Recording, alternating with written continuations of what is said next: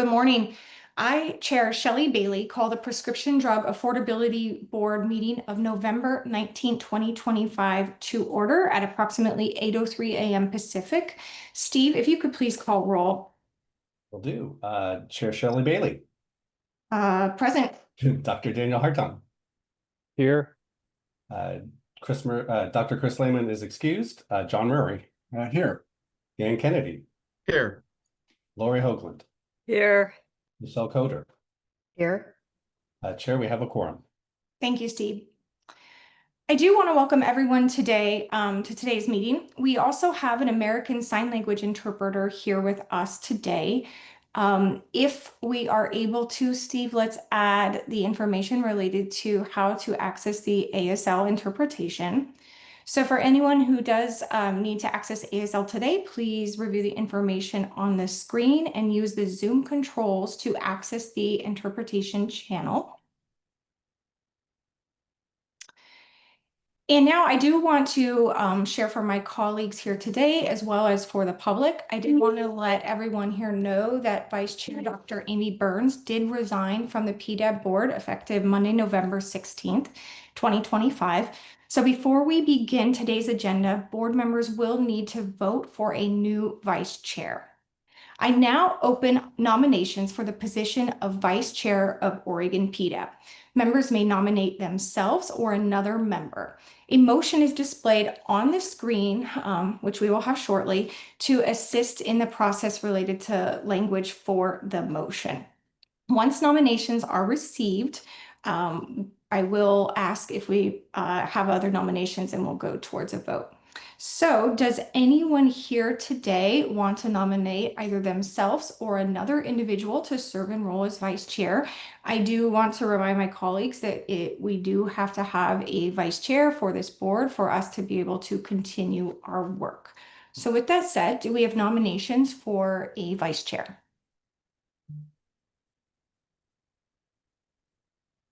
Oh, I see Dr. Hartung, your hand was first. So Dr. Hartung, you have the floor. I was going to nominate myself for vice chair. Okay, perfect. Thank you very much, Dr. Hartung, for putting your name in related to that. Mr. Murray, I see that your hand is also raised. So Mr. Murray, you have the floor. My nomination also was for Dr. Hartung. Okay, well, that is helpful information. Thank you very much, Mr. Murray. Is there anyone else here on the board today that would like to provide a nomination either of themselves or for another individual on the board to serve as role as vice chair? Okay, well, with me seeing no other hands raised related to that, I will close nominations and call for a vote of vice chair. Steve, can you please call roll for each nominee? As a reminder, members will say yes or no. The nominee with the highest vote count will be elected vice chair. In case of a tie, there will be another vote for individuals in the tie. So Steve, if you could please call roll. Will do. Excuse me, please help facilitate our vote related to the vice chair. And I only documented Dan Hartung, just to confirm we have the one nominee. For voting, we'll start with Chair Shelley Bailey. I vote yes to elect Dr. Hartung as vice chair of Oregon PDAB. Okay. Dan Hartung. Did you get to vote? Yeah, I vote yes if I You can. vote for yourself. Yes, that's nominated. John Murray. Yes. Dan Kennedy. Yes. Lori Hoagland. Yes. And Michelle Coder. Yes. We have all our votes in. Looks like there's a majority. Perfect. Well, I now announce Dr. Dan Hartung as vice chair of Oregon PDAB. Dr. Hartung, congratulations and thank you for serving. You will begin serving in your role immediately effective of today's meeting.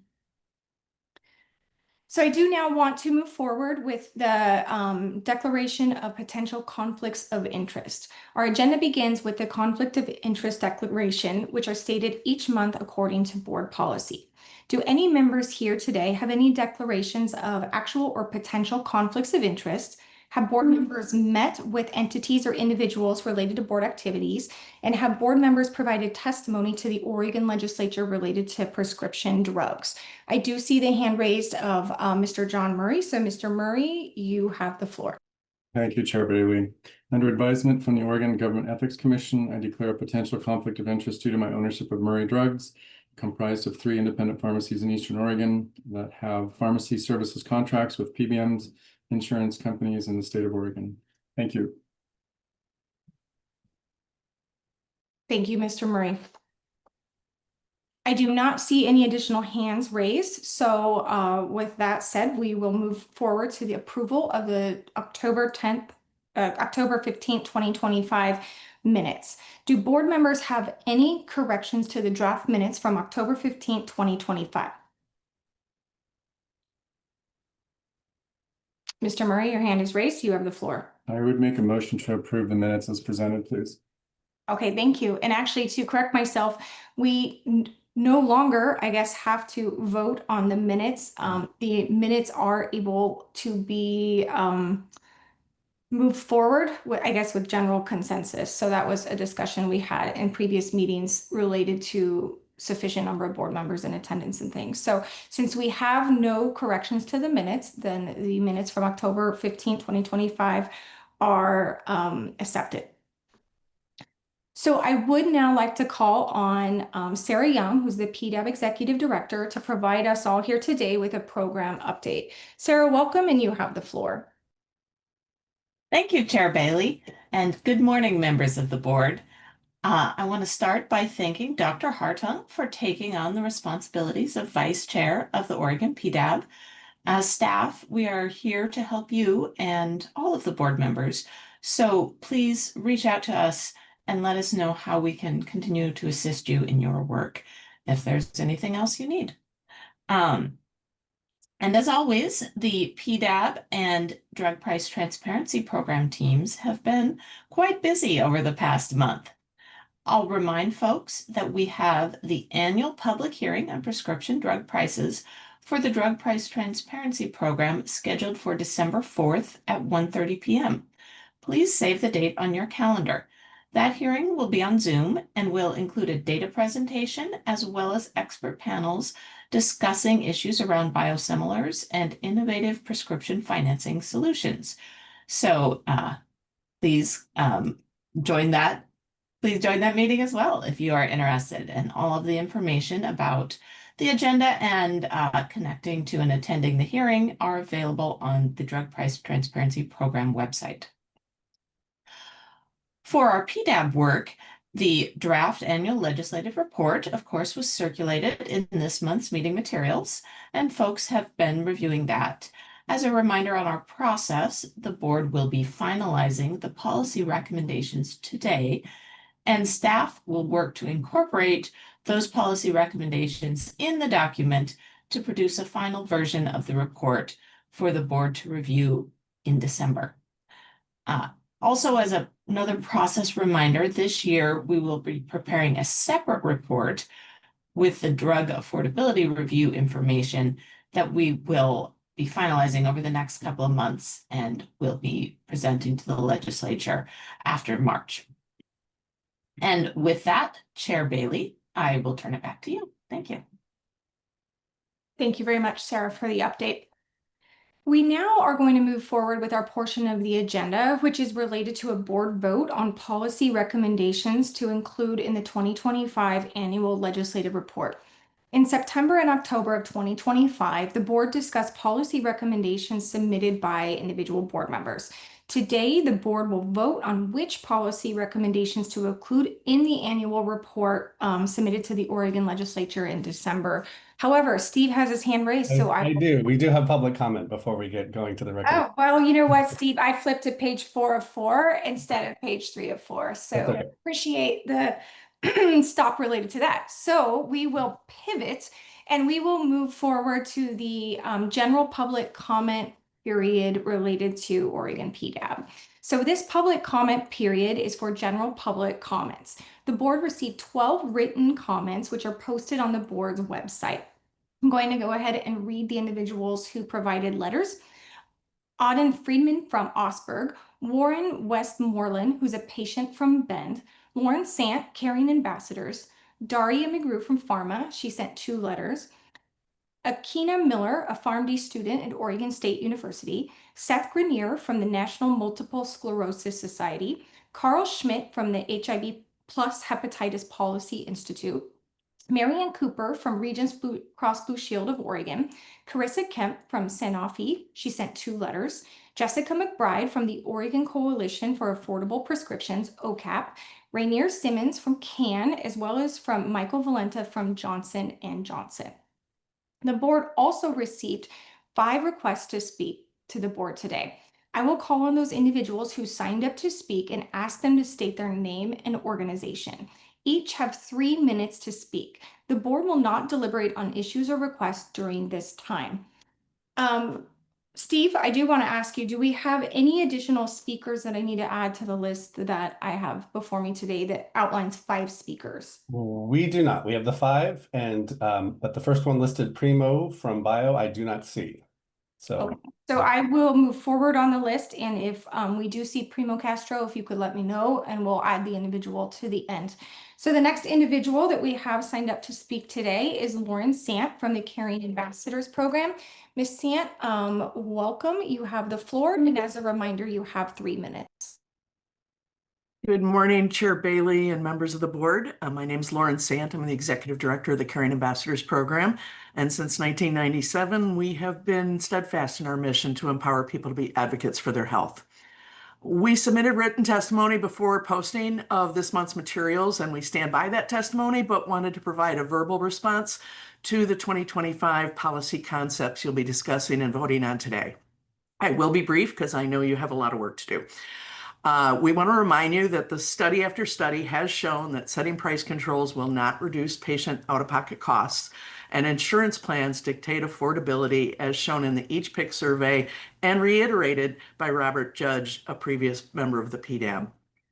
We propose you simply vote by keeping policy concept 8 of disbanding the Oregon PDAB, but amend policy concept B to the alternatives to include concepts 1, PBM reform, 2, pharmacy network access and fair reimbursement, 4B, point of sale reimbursement models, and 6, 340B transparency. There's been a lot of work done on the alternative initiatives above in the last few sessions in Oregon, and it's imperative that we put these legislative concepts into law to protect all Oregonians from the high cost of our current healthcare system.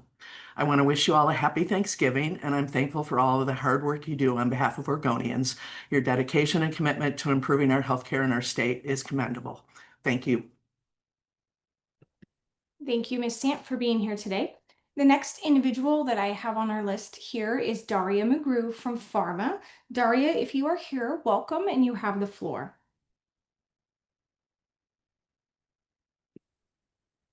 There we go. Good morning, Chair and members of the board. Daria McGrew on behalf of Pharma. I want to thank the board for all the work that went into the draft report. The new analysis is hefty and new work for the board. We appreciate the deep dive specific to cost and utilization trends. This is an important step in the bigger picture of understanding medication affordability that hasn't really had that deep look yet by the board. It was heartened to see the recognition of the trends showing increased utilization as a primary driver of rising prescription drug spend.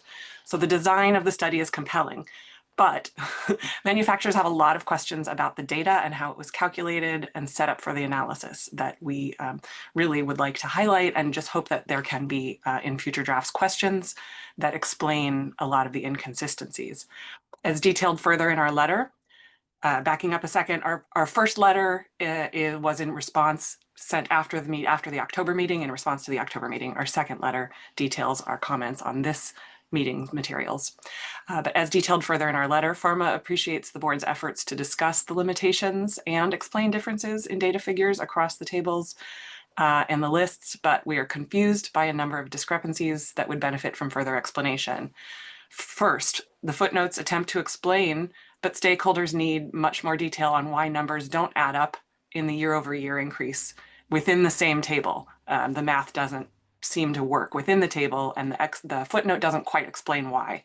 Similarly, there is a brief explanation why drugs are variable across tables or across lists. But again, without more detailed methodology, we can't fully understand why we would see such variation when looking at one drug on multiple tables or lists in the report. Also, the data doesn't seem to match what the board, what the DPT program published in their report that should be from the same base data. So don't understand what changed between when the DPT published the 2023 data in 24 and what we're looking at here. And very concerning, the numbers, in this report, it is explained that there are 3 different lists and 3 different values for total spend, depending on which list you're looking at.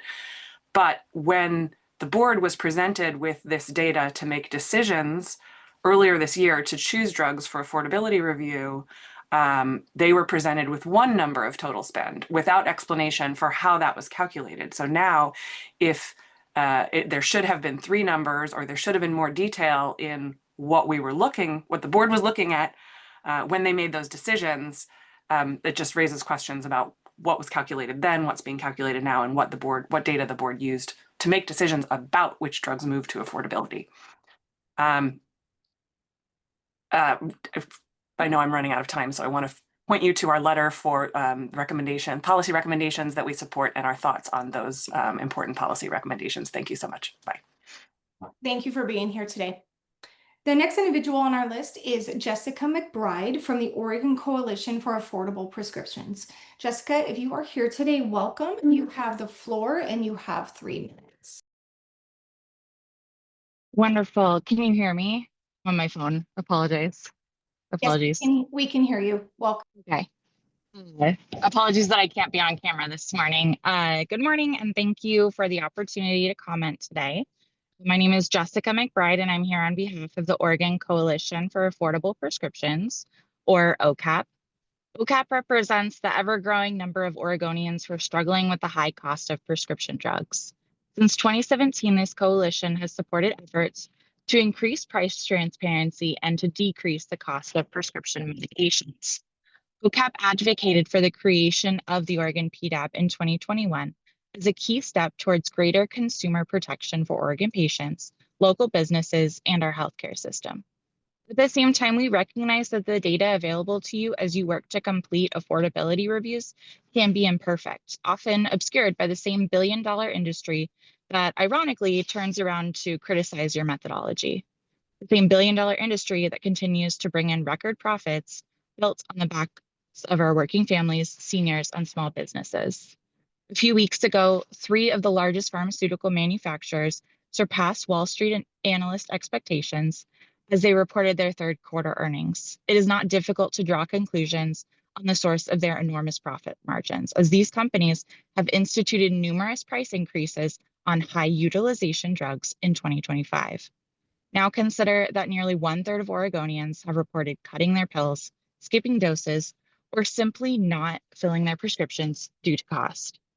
Today, as you finalize your end-of-year report and recommendations to the legislature, we urge you to provide clear and actionable recommendations that will bring this board closer to fulfilling its statutory mission. Your affordability reviews have the potential to improve health outcomes, strengthen small businesses, and keep money in our local economy. But very little will change if this board does not have the tools and authority needed to challenge the status quo. Right now, other states are showing what this can look like. As we shared last month, Colorado's PDAB is poised to save patients and providers tens of thousands of dollars after setting the first in the nation upper payment limit on Enbrel, and Maryland is poised to follow suit with price caps on Jardiance and Farxiga. The same arguments predicting reduced access for patients should reforms such as UPLs be implemented have been repeated, sometimes verbatim, to PDABs in other states. The question is, who benefits when drug companies are allowed to raise their list prices faster than the rate of inflation? The truth is that the current system is already reducing access, as life-saving medication is kept behind a rapidly increasing paywall, and patients are forced to make impossible choices. Medication is not accessible if people cannot afford it. As our state continues to reel from federal funding cuts, skyrocketing premiums, and rising drug costs, we urge you to meet the moment, remain focused on your core charge through robust affordability reviews and meaningful policy recommendations. Thank you. Thank you for being here today. The next individual on the list is Rainier Simmons from CAN. Rainier, if you are here, welcome. You have the floor and you have 3 minutes. Good morning. Can you hear me okay? We can. Thank you. Good morning. Hi. Thank you for the opportunity to speak today. Good morning. My name is Rainier Simons, and I'm speaking today representing CAN, the Community Access National Network. I'm a patient advocate as well as an individual living with several chronic medical issues. Near the end of the last board meeting, during the discussion around potential policy recommendations, it was very concerning that upper payment limits were mentioned as what seemed to be a last-minute suggestion uncharacteristic of the board's deliberations that day. We again encourage the board to not include upper payment limits as a policy recommendation. Several board members have repeatedly expressed they do not support upper payment limits at this time. Additionally, the Stauffer-Meyer report the board commissioned earlier in its work indicated upper payment limits could bring system financial harms, including adversely affecting the Medicaid program. Most importantly, it indicated that any potential savings would be small and not worth the expenditures required for implementation. The board has a renewed focus on exploring non-UPL affordability solutions that have a much higher potential for directly helping patients out-of-pocket expenses, as well as improving costs of the system. It has also been encouraging to see the board discussions around researching various initiatives from other states that have already been proven to work with documented positive outcomes. We encourage the board to focus on policy recommendations that are more directly patient-centered and those that actually address multiple parts of the complex system, such as delinking PBM compensation, the elimination of PBM pharmacy steering, and 340B transparency. This lean of focus has a higher potential for positive outcomes without harming patients or the system. We thank you for all of your ongoing efforts, and your candid, transparent approach to difficult discussion is acknowledged and appreciated. Thank you. Thank you for being here today. Steve, I do want to circle back to see if Primo Castro from Bio is in attendance today and wanted to provide testimony to everyone here. I do not see Primo.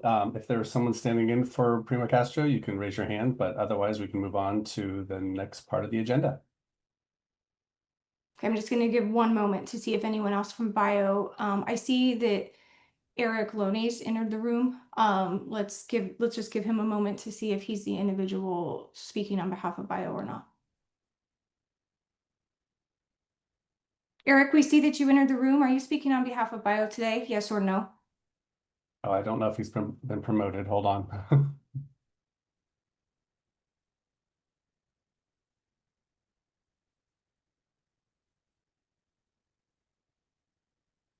All right, he should be able to answer.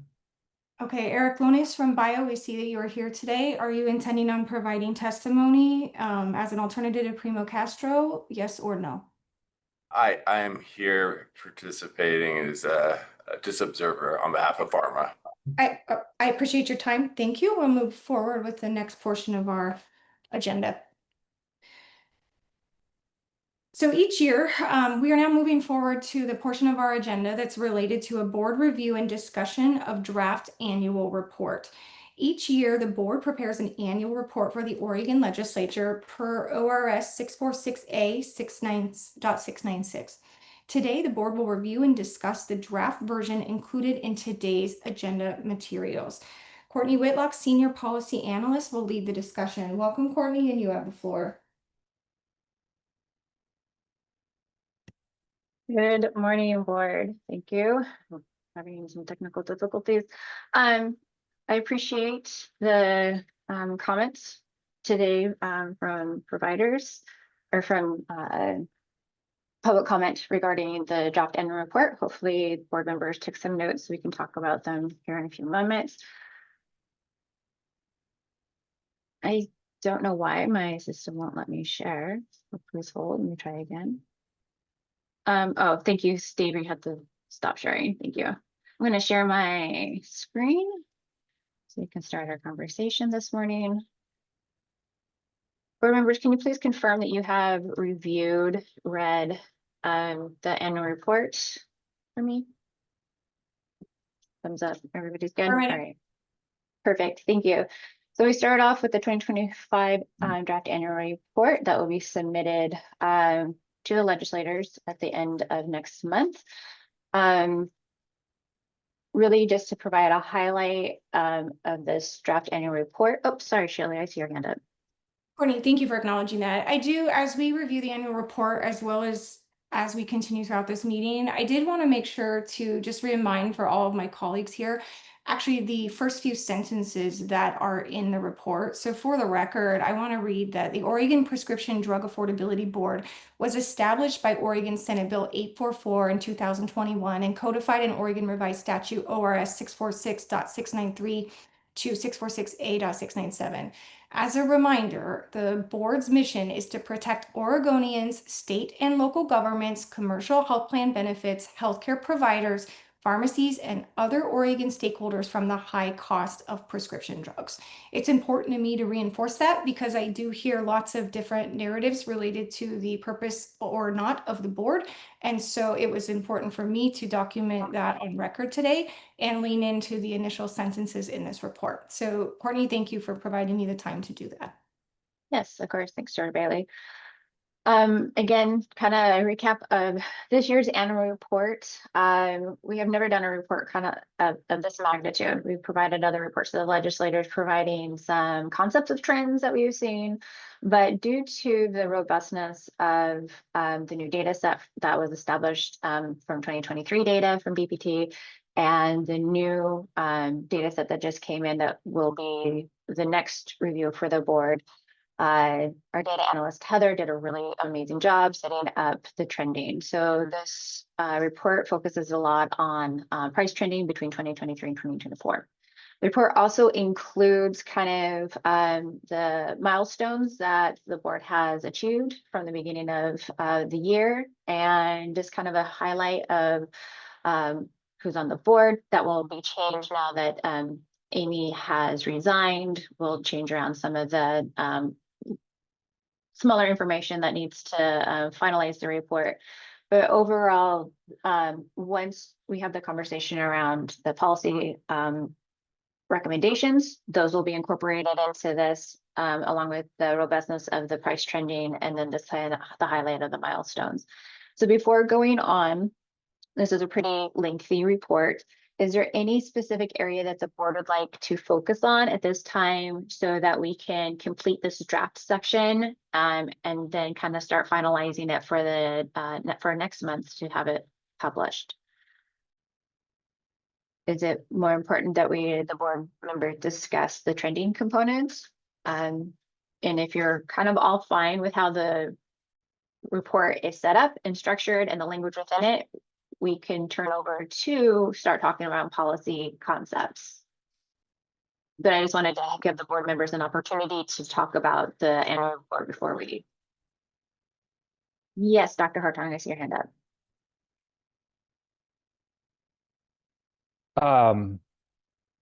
Yeah, I've been looking over this report over the last several days, and I think it's a really strong advancement over some of the other reports that we've reviewed, particularly for the reason that you've layered in there's two data points, 23 and 24, which I think adds like a lot of important information. So I think that's great. The more I've kind of dug into it though, and this kind of echoes some of the comments in public comment about discrepancies in the top line numbers that I are attributing to the fact that we're pulling in these DPT files that are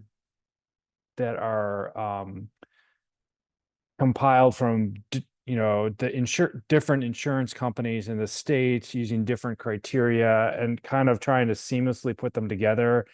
But because of that, it's leading to sometimes minor discrepancies in the top line numbers, sometimes pretty major qualitative discrepancies in the top line number, in terms of changes in spend, that I think it just erode the credibility of the overall document. in terms of not knowing what's what. And again, I didn't do a thorough kind of auditing of all the lines, but you know, for example, you know, one example of this would be, let's see here. I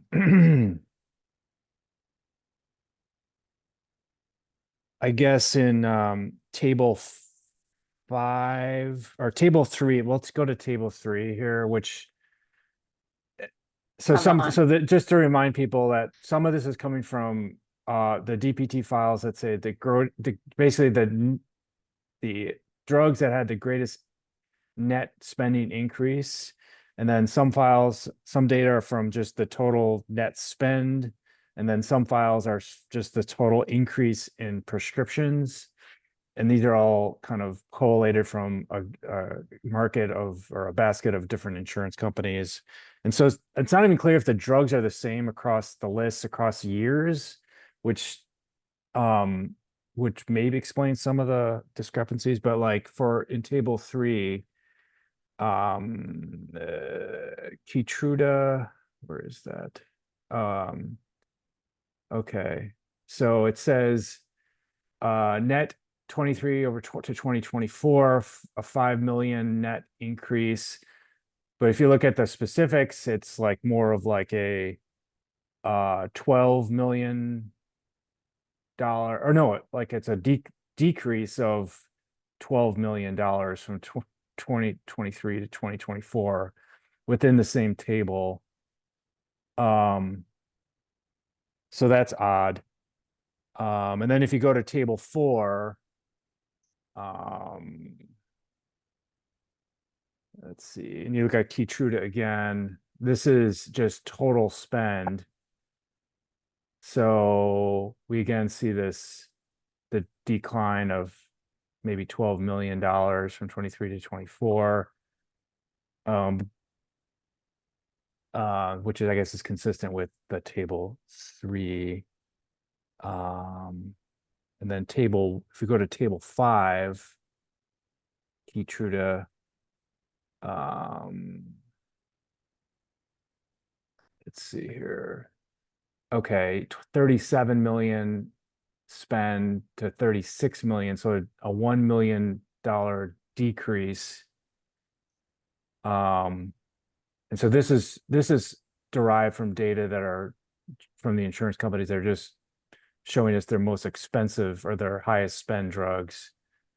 So I guess the point here is that there are real and potentially important discrepancies. And I think the take home is, I think you got to the right place, that a lot of the increase in spend is either due to higher utilization or higher prices. And so the key is trying to like lay that out. And I think that for most of these, we've gotten to the correct answer, and that we just see rises in utilization as maybe the primary driver of spend.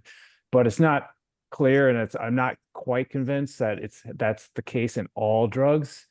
And it's confusing to what table to look at to support what conclusions. And so it's just, I don't want to, it's hard for us to do a autopsy on this whole report because it's so large. But I guess moving forward, it would be helpful to kind of think carefully about what we want to put in a report like this. And I think these trend data, these trend documents are really important. I've kind of talked about this before, that I think it's important to know where things are going in the state rather than just cross-sectional information. So for that, I think it's important, but I think we just need to spend more time being deliberate about what data we're using for what purpose.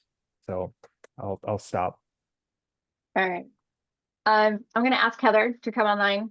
She can probably explain some of the data points, but I also want to clarify that we're looking at 3 different sections. We're looking at greatest increase.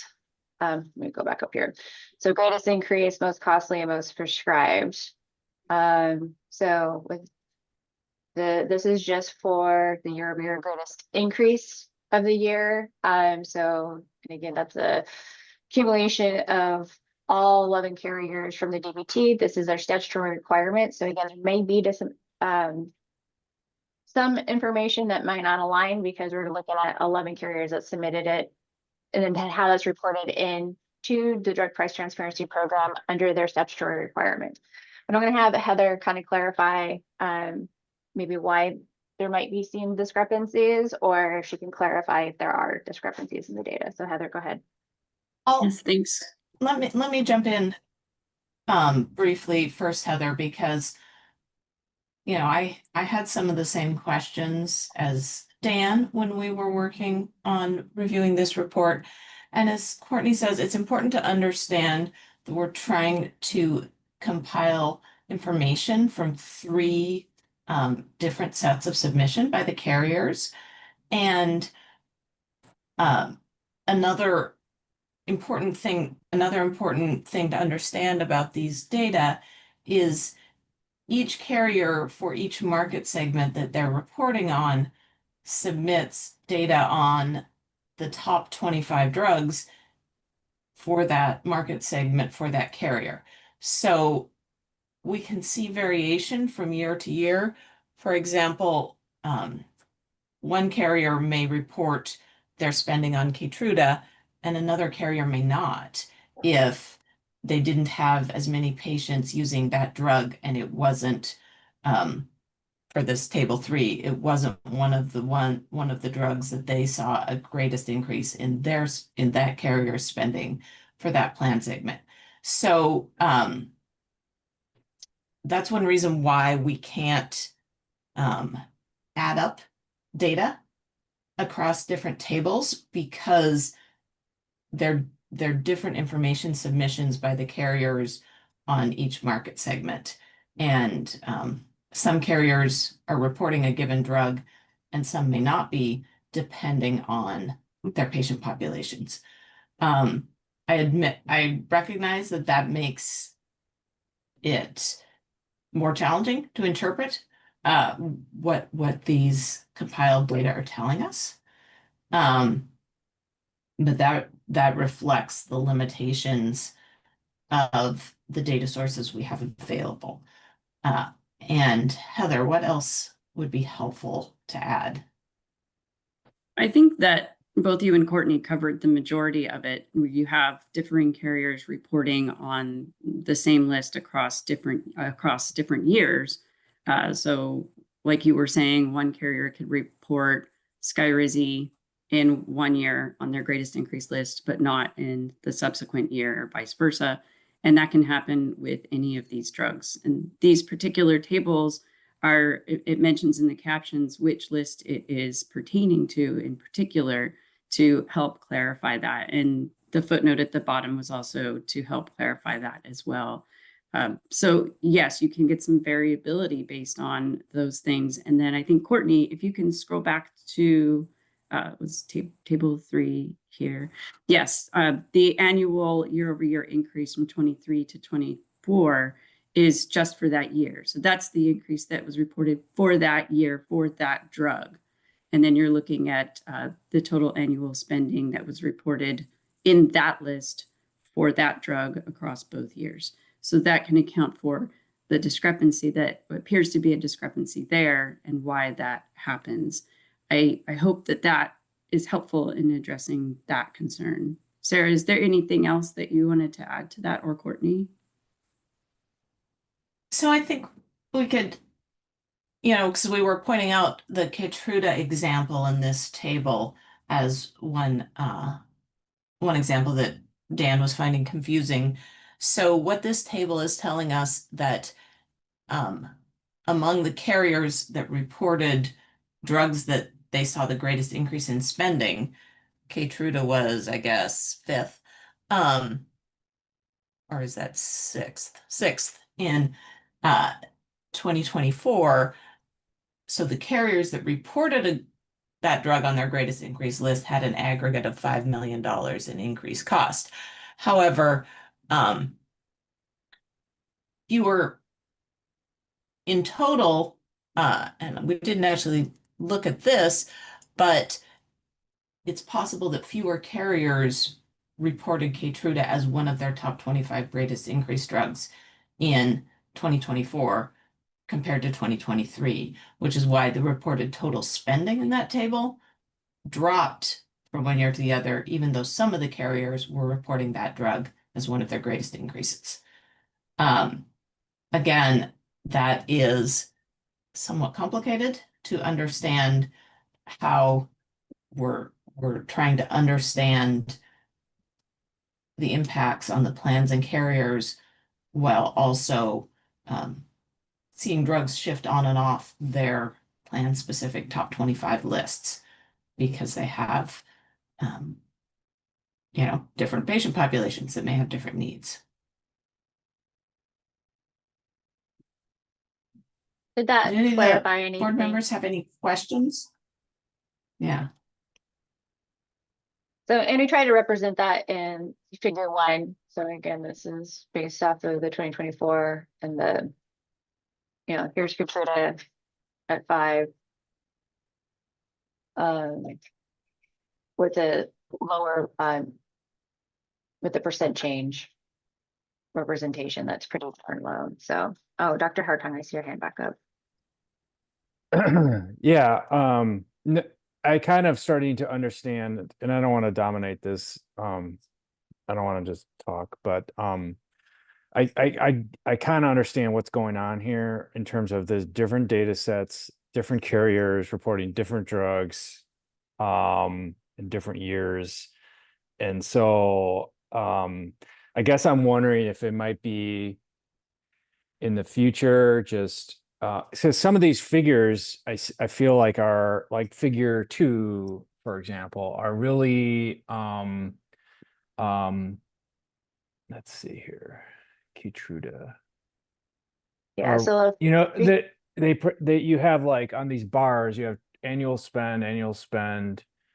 I mean, they are telegraphing changes in annual spend that may or may not be actually what's reported and by the care. I guess I just don't know what we're trying to telegraph, like this, Skyrizi, for example, increase in annual spend from 22 to 38 on this figure here.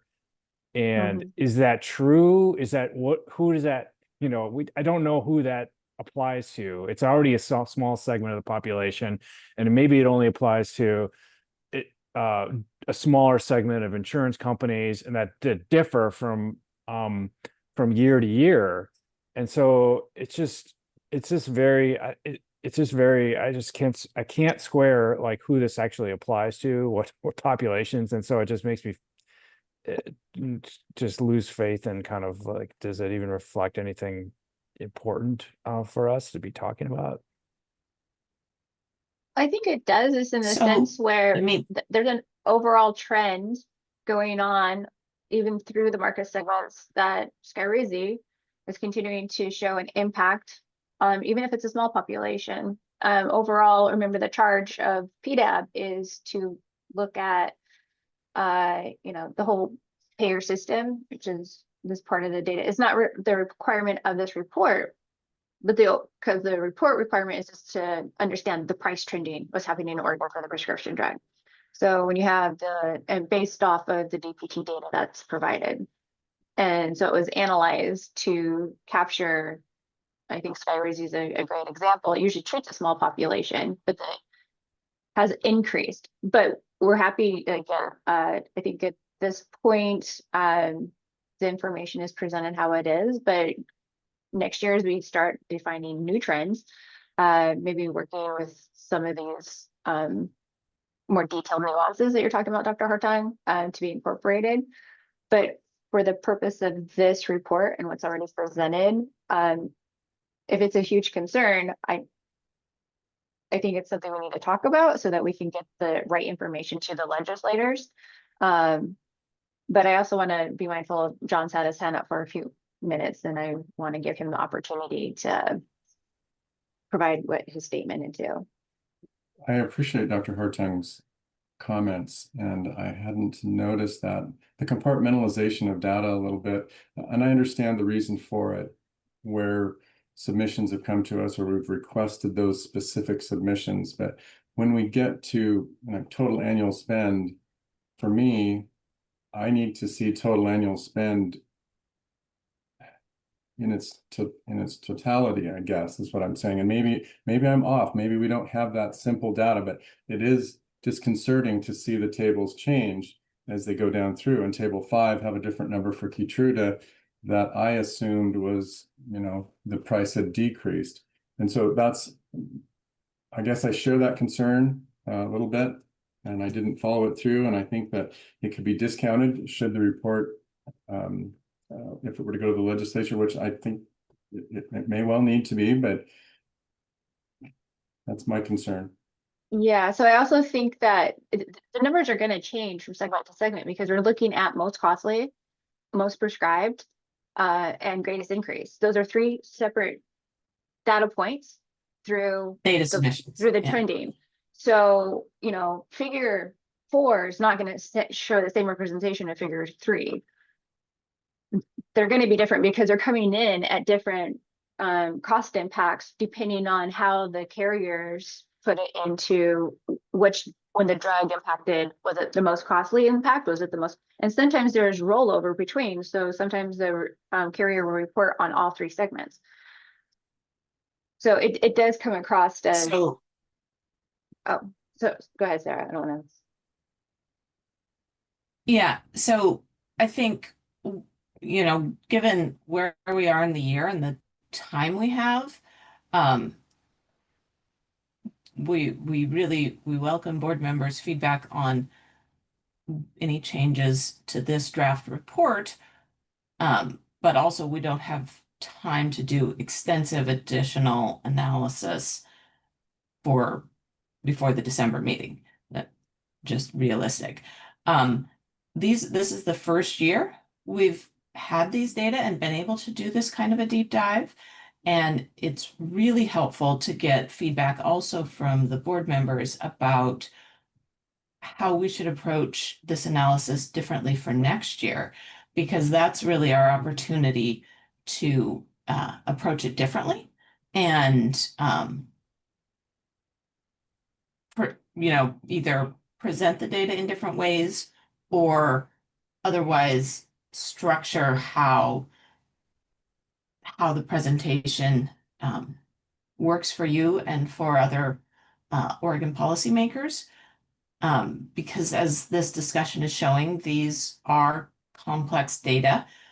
One thing, and Heather will correct me if I'm misunderstanding any of this, that's important to remember, we also analyze data from the All Payer All Claims database, but that doesn't allow us to look at the actual price paid by insurance plans after rebates and price concessions, whereas these data reported by the carriers are showing the actual prices paid after rebates and price concessions, which is beneficial to have.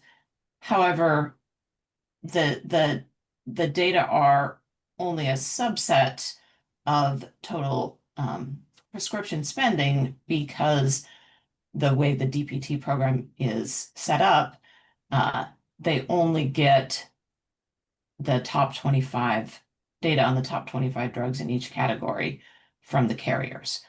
And as we've discussed, the top 25 drugs may be different for one carrier and one plan to another. Make some challenges in aggregating the information. And just to clarify, this information does not include any APAC. That's not part of our statutory requirement for the price trending. It is only from the top 25 reported, which is the greatest, most costly, greatest increase in most prescribed drugs. And there will be differences. So DPT does an annual report as well. They have different statutory requirements that they have to look at than what we are provided. So we take the drug analysis component and look at it differently than how DPT does. So I know that there was a public comment kind of like, well, why isn't it matching up with DPT? It's because they have different statutory requirements to show in their annual report versus what we are required to show in our annual report. But I think it's just really important to understand that we're looking at 3 different data sets. And so I try to break it down, you know, within each section. So when you're in, you know, this section, it's most costly, I believe it is. so really understanding what section you're under and what data set. So figure 3, table 5 feeds into figure 3 and aligns the analysis between those two. And then if you, again, looking at figure 4, it shows for the most costly. So really understanding those are 3 different data sets. So you're going to have different information in each one of those tables. But Chair Bailey, I also see your hand up, so I want to give you the opportunity. No, actually, let's go ahead with Michelle first, and then I'll have a comment. So Michelle, you have the floor. Thank you, Chair Bailey. I think the report does a really illustration illustration of trends within the data limitations themselves.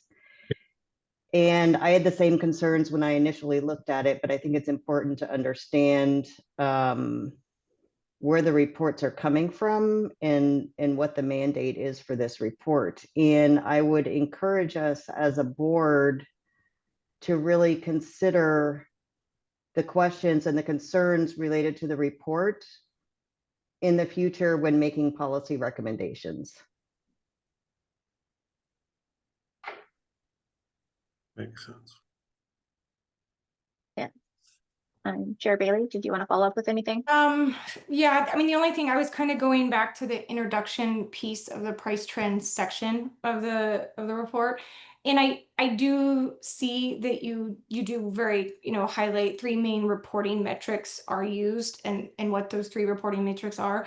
Maybe we could add, based on the dialogue that we've had here today, a sentence or 2 that just kind of explicitly states that because these are all 3 very different lenses of looking at things throughout the following pages, we acknowledge that there's going to be what could be perceived as, I don't know, just kind of calling out that as you look at this in 3 different ways, it's going to appear different. Yeah. And maybe just stating that explicitly would be helpful on somewhere, maybe on page 7. Yeah. Because I mean, that's just one takeaway I'm hearing from hearing our dialogue. But I do see Mr. Kennedy's hand is raised. So Mr. Kennedy, you have. Yeah, thank you, Chair Bailey. I just wanted to concur with what you were saying, Chair Bailey. And my first thought was a disclaimer, but that's not really true. So I think just a short explanatory sentence would be sufficient to take away any confusion, because I think what we don't want to do is muddy the water or confuse the reader, especially if the reader is not conversant in these types of information. All right, we will take that back and look at providing those updates. Dr. Hartung, I see your hands up. Chair Bailey, did you have a comment? Please go first, Dr. Hartung. Okay. I guess my philosophically, for going forward, I mean, is there a legislative mandate or rules mandate that we use the DPT data to develop this report specifically? I think we can use. Yeah. I think we can use the data, but I know we have some sort of mandate to like look at these drugs, and I think that's fine. I think that these reports, from these insurance companies, do an important job in terms of flagging drugs that should be on our radar as looking at, and then also giving us some information about discounts, rebates, because that's the good information that they're getting. But beyond that, for reflecting these just broad trends, and I feel like this report is presenting itself as reporting. I know there's language that's disclaimer, but if I feel like it presents itself as kind of broad trends in utilization across commercial insurance companies, and I think within each year and with each drug, there's so many differences in who's reporting what that, again, I like a coherent document, and I'm not pleased that there's all these differences across the different drugs. Even I understand why they occur. But so I guess what I'm saying is, like, moving forward, I mean, I think we can look to DPT and say, okay, we have these 25 increased drugs, we have these 25 high spend drugs, and we have these 25 high utilization drug lists. And then maybe use that. I mean, I think we need to like start looking into APAC in terms of like, here is a global data, all payer, all claims, that we have multiple years of data from, that we can get some solid information about utilization trends, spending trends. Yes, it's gross spending, but maybe we can pair that with the rebate data from the DPT or the discount data from DPT to try to like provide insights into like what is the magnitude of the rebates that are received for some of these drugs, to get a better picture about statewide utilization and statewide expenditures. Because I feel like just this small sliver that's differing across drug and across year doesn't do that. So kind of to step back for a second, Dr. Hartung, no matter how we look at it, we have to include, according to our statute, we have to include that information from DPT. So we can, in the future, pull APAC as a supplementary information, but it will never be our primary point. It will always have to be the top 25, most prescribed, most greatest increase in those 3 categories. Those will have to be our trending points. Because I think we can use those. I think we can use those specific drugs and say price trends for the listed. But I don't know if we need to rely on their data to like populate the report. We can just say, here are the top 25 in these 3 different categories. We're going to use all of them.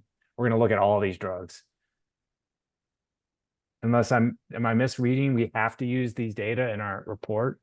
Yes. So this is our statutory requirement. We have to use the drugs provided by the drug. So the DCBS is in reference to DPT because DPT is one of DCBS's primary programs under Section 2. So under here, this is our statutory requirement, and so this is where that top 25 from DPT comes in, that statutory requirement. So we have to use the data set that we use to incorporate how we set up the rest of the data for our affordability reviews.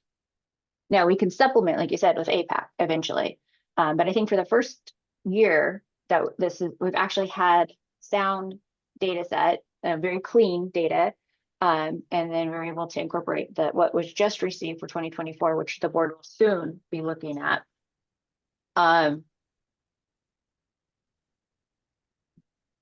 This is the opportunity to, kind of show what has been happening in 2023 or what happened within the drugs under review currently, what drugs can possibly be reviewed for upcoming because of the price trending between the 2. But we do have to use the DPT drugs as our primary price trending reporting. Again, we can utilize supplementary stuff, but they cannot be our primary points. Shelley, I seen your hand up for go ahead, other side. Go ahead and let Sarah go first. Okay. Go ahead, Sarah. Thanks, Chair Bailey. Listening to this conversation, Dr. Hartung, I just want to maybe restate what I think I hear you saying, which is you're suggesting that we use the DPT data files primarily to identify lists of candidate drugs for analysis. And then once we have those drugs identified, do more analysis with the APAC data files to look at, for example, for a given candidate drug, what the statewide utilization trends have been for all of the patients that are in the all payer, all claims database. Is that what I hear you suggesting? Yeah. And just remembering that APAC covers commercial, Medicaid, and Medicare. The DPT only covers commercial. So again, you're not going to have apples to apples. You're not even probably going to have within the same fruit basket, analysis, you're just going to pull the same drugs over from APAC that will probably show much higher utilization and a much more increased in cost and stuff like that, because you're looking through the 3 systems and not just one primary market. I mean, I think that makes it even more compelling that we use it, because our charge is for the state of Oregon across more than just a small segment of commercial payers. So for process improvement, absolutely think that's doable for the next trending report due at the end of next year. For what we have now within this report, kind of leaning back into the rest of the board members, are there any other concerns or any other topics that need to be discussed? I do want to be mindful of time so you can get a solid conversation in regarding the policy recommendations that need to be incorporated into this report, and then also move into the discussion for the material packets. Yeah, John, I see your hand up. Or Shelley, did you want to go first? John, you have the floor, and then I just had a few comments on it. Thank you. I think this has been a very useful and important discussion to have. I think that we do have ideas moving forward that can make our data more understandable, more valued, possibly for next year's report. But now that I understand better that it's where the data is coming from on these different tables, I think that really, for me, the trend analysis and the pointing out, the trends are still there. You still see the trends, and that was helpful to me. And I would advance the report with the modifying statement that was mentioned earlier. I would be in favor of that. Okay. And I think, just for the record, I mean, a few important things that I see from this document. Using the DPT data that was part of our statute is, from my perspective, one of the paths as close to net as we are able to get at this point, because I know even with APAC, I mean, some of those Medicaid rebates, from not being a data scientist, like Dr. Hartung, at least to me, it seems like DPT was our kind of closest path to getting some of that. But I also think what's important in seeing this report is it also shows board members ourselves that although we are doing our affordability reviews from the lens that we decided on earlier in the year, looking at this report, which also has different drugs on it than what maybe on our affordability reviews, will help us for future years. So I see value in that, but I also see just the value of the information. I go back and I think about the generic drug report that we previously did. Some of the information that we provided in that report, specifically like PBM generic companies, is now a national discussion, 6 months after our report came out addressing some of that. So I see these reports as repositories that are helpful, in Oregon when we're talking about drug pricing and things. So I do still see great value in what staff and the team has worked on related to this.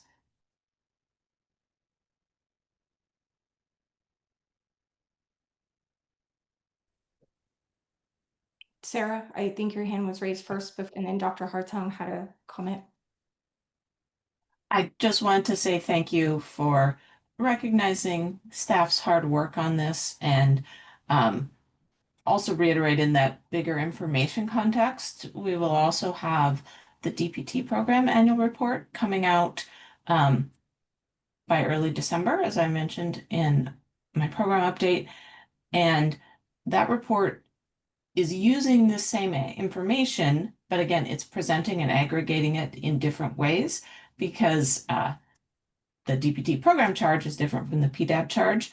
So I want to continue helping folks understand all the data and information sources that are available to board members and policymakers. And please continue to reach out to us as staff if you have questions about those reports, and suggestions about how to make them more useful in the future. Dr. Hartung, I know you put your hand down, but I want to make sure. Yeah. I also just wanted to, I don't mean to be obstinate about this, and I appreciate this is a ton of work and a really difficult, complex work. So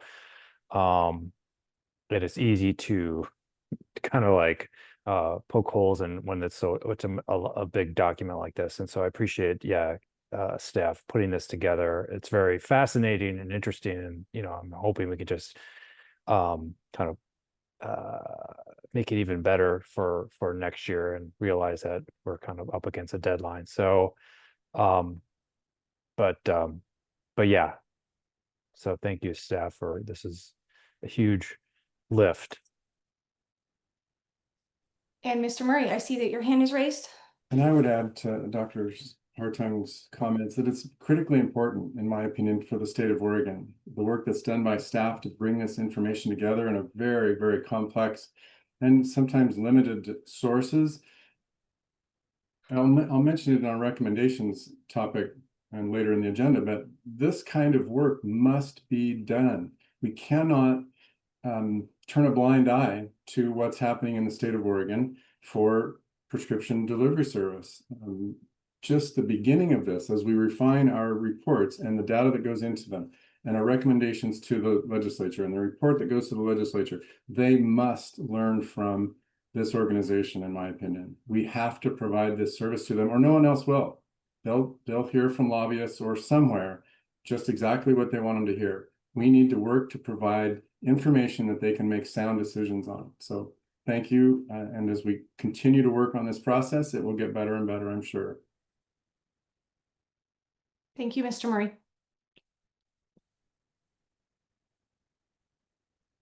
I guess not hearing any more comments from the board members. Again, thank you for the feedback and, the process to improve for the next iteration. Again, as I stated earlier, this is our first year of actually having trending that is year over year and really meaningful and very clean. So I think every process can be improved. And I think from this conversation and then going forward, we will incorporate those improvements and how to show better trending. But for now, short of the small segments of information that we had for updating the source sections and double checking the footnotes to be accurate, there's nothing else that the board members have for staff. I will hand it back over to Chair Bailey and we can go on to the next section.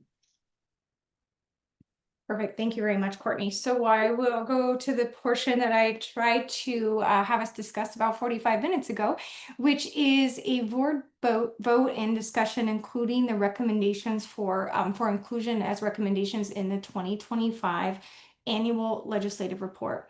So as some background, in September and October of 2025, the board discussed policy recommendations submitted by individual board members. Today, the board will vote on policy recommendations to include in the annual report submission to the Oregon legislature in December. There will be 14 recommendations and board members will vote on each one. Motions will be displayed on the screen to assist in this process. Before I turn it over to Courtney, just as additional context, I do want to remind the board that 2026 is a short session. So it's a short session in February that I believe will last approximately 35 days. So just wanted to add that additional context for us here today. So Courtney, you have the floor. Thank you, Chair Bailey. Appreciate that. I am going to share my screen to start the conversation. So what I did was cleaned up all of the conversations from the policies from the last couple of months and incorporated a number to each of them, removed the board member's name who submitted the recommendation. So all these should look familiar to you as far as already being previously discussed. Number 7 is regarding a combination of all the 4 or 5 same information for one payer system. So that's how I set that up in order to develop the concept for the voting. Before I jump into this, was there any other feedback from the previous policy concepts that want to be discussed? John, I see your hand up. Oh, and you're on mute. Thank you. I actually, and I appreciate the order of going through, and I appreciate the concepts grouped together for vote based on the ones that were for discussion. I happen to support many of them, and I know we're going to work our way down through them. But I was hoping to interject, would we be willing to entertain a discussion on number 7 first? And the reason I say that is because our credibility has been called into question. Our legitimacy of making these recommendations has been called into question. I would like to address the board's confidence first in its ability to, if not make all these policy recommendations to the legislature for lack of study or lack of information, that we at least ask the legislature for this expanded capability. And I had a statement, but I don't know if you guys are open to this point or not. I have a statement concerning number 7 that I'd like to make, if it's appropriate, or I'll wait until that time. Courtney, is it fine with you if we open the discussion starting with number 7 based on Mr. Murray's suggestion? Yeah, it's not up to me, it's up to the board to facilitate the discussion how they want to. Before you begin that, Mr. Murray, I do see that board member Lori Hoagland's hand is raised. So Lori, you have the floor. I want to support that motion also, because I realize with the short session and all of the things going on financially around healthcare in the legislature, I think it will be very important how we present these policy concepts to the legislature. And I think that one is critical to be at the start. Okay, thank you for highlighting that. So Mr. Murray, welcome back. You have the floor, but I guess I would add to your comment, Mr. Murray, that if you're going to start with number 7 and have a comment to make related to that, I also think that we should discuss 8 kind of near thereafter before we go back to 1, because I see those as similar discussion points. But before we give the floor to Mr. Murray, Mr. Kennedy, I see you have your hand raised. So Mr. Kennedy, you have the floor. Thank you, Chair Bailey. I just have a quick question for John. John, are you looking to do A and B on the 7, or is there one preferentially that you would like us to discuss? Excuse me, A and B, and I'll just clarify that in my statement here real quick, if that's okay. Okay, thank you. You have the floor, Mr. Murray. Thank you. As a board member, my primary ask today is that the board vote to recommend number 7, expand PDAB's authority for broader review of Oregon's prescription drug delivery system, and to amend ORS 1926604 to review trade secret information without the media present in executive session. The criticism of this recommendation is, in the least, that we are not the board, or don't have the board makeup currently or statutorily to study such a quote unquote complex system. And at worst, the recommendation to disband the PDAB I take as an insult to all of us who can't afford our medications or can't afford to provide prescription services to patients. And by this, I mean healthcare providers, insurance providers, and employers. The status quo is not working, and the answer is not to ignore the issue because it is too complex. Giving the PDAB authority to shed light on the deep, dark meanderings of our medication dollars is badly needed. An example being the recent legislative testimony by Oregon insurers saying that they need spread pricing, which is the artificial inflation of drug prices by PBMs to the insurer, to pay their PBM bill. It needs an explanation to all of us, board members, taxpayers, and most especially patients. The PDAB does not need to have all the answers. We just need to bring to light all the information we can. Oregon is falling badly behind most other states in trying to address medication unaffordability. An example being California's recent law outlawing PBM spread pricing. Oregon can do better, and the PDAB should give our state government the tools and knowledge to do so. Transparency and knowledge gives power back to those who actually deliver and receive pharmaceutical care. Chair Bailey, I would make the motion that the PDAB recommend number 7 in its entirety to the Oregon legislature, and discuss that topic now, please. So Mr. Murray, thank you for helping facilitate starting off with number 7. the additional context that I would personally like to add before we have this discussion is I do want to remind for the record that this board has had representatives from the payer community as well as from managed Medicaid communities on our board with representation. Those board members did voluntarily resign. So that is just a point of context that I wanted to make sure is on record, that this board has had the payer community represented on this board in the past. And that is just a comment that I want to make. But Mr. Murray, I saw your hand was raised. So before our colleagues continue on the discussion of number 7, Mr. Murray, did you have something else you wanted to comment on? Well, for discussion, we need to have a second, or we should. Oh, Okay. okay. Do we, okay, so sorry I interrupted that. For the record, Mr. Murray, you made a motion to accept A and B in its entirety. Mr. Kennedy, I see your hand raised. I will second that motion.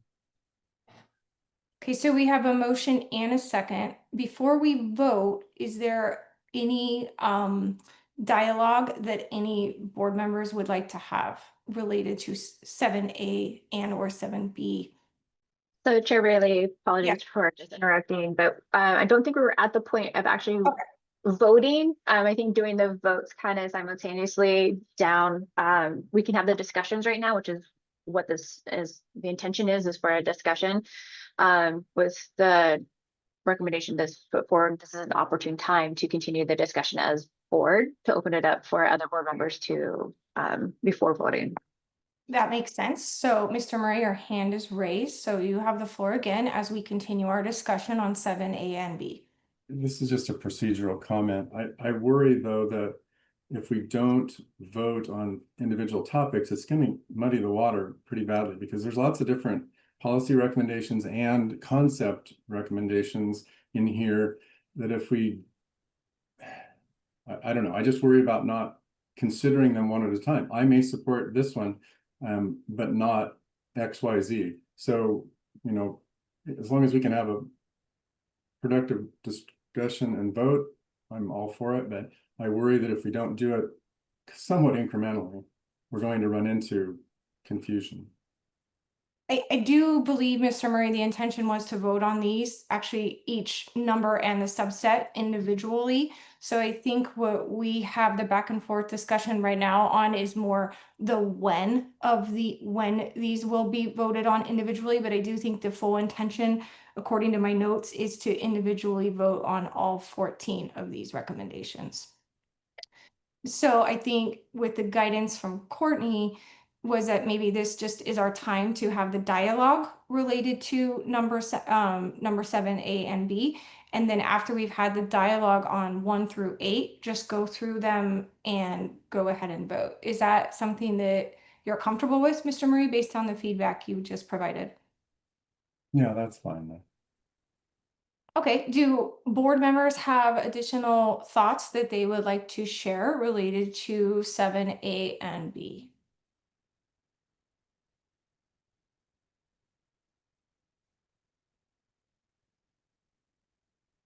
Michelle, your hand is raised. You have the floor. Thank you, Chair Bailey. I am generally in support of 7, but I do want to, I think we need to articulate each year the board does an incredible amount of work in drug reviews. And we know the board's mission is to protect Oregonians and state and local governments, health plans, et cetera. I don't think we can be effective in fulfilling that mission unless we are independent from the legislature.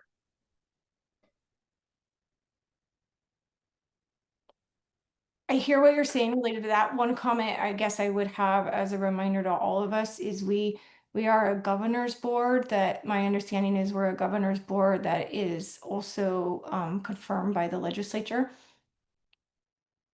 And so I would not suggest that I'm the policy person to fill in the other pieces of the gaps related to that. But I do hear what you're saying related to that. Do individual board members have any comment related to Michelle's proposal there, or does staff have anything you could add that could help us piece together kind of what maybe Michelle, or Michelle, I guess, for the record, could you state your specific ask? Maybe that would help me under the context of what the board is at this point. It's not an ask at this point, merely a comment that I feel that the board is hamstrung by being dependent on making recommendations to the legislature. We've already seen the legislature time over time succumb to lobbying efforts by pharma, by PBMs, et cetera. And I think that in order, if I'm taking the correct pulse of the board, in order for us to truly look at the entire drug delivery system, we need to be independent of a body that will impede our ability to do so.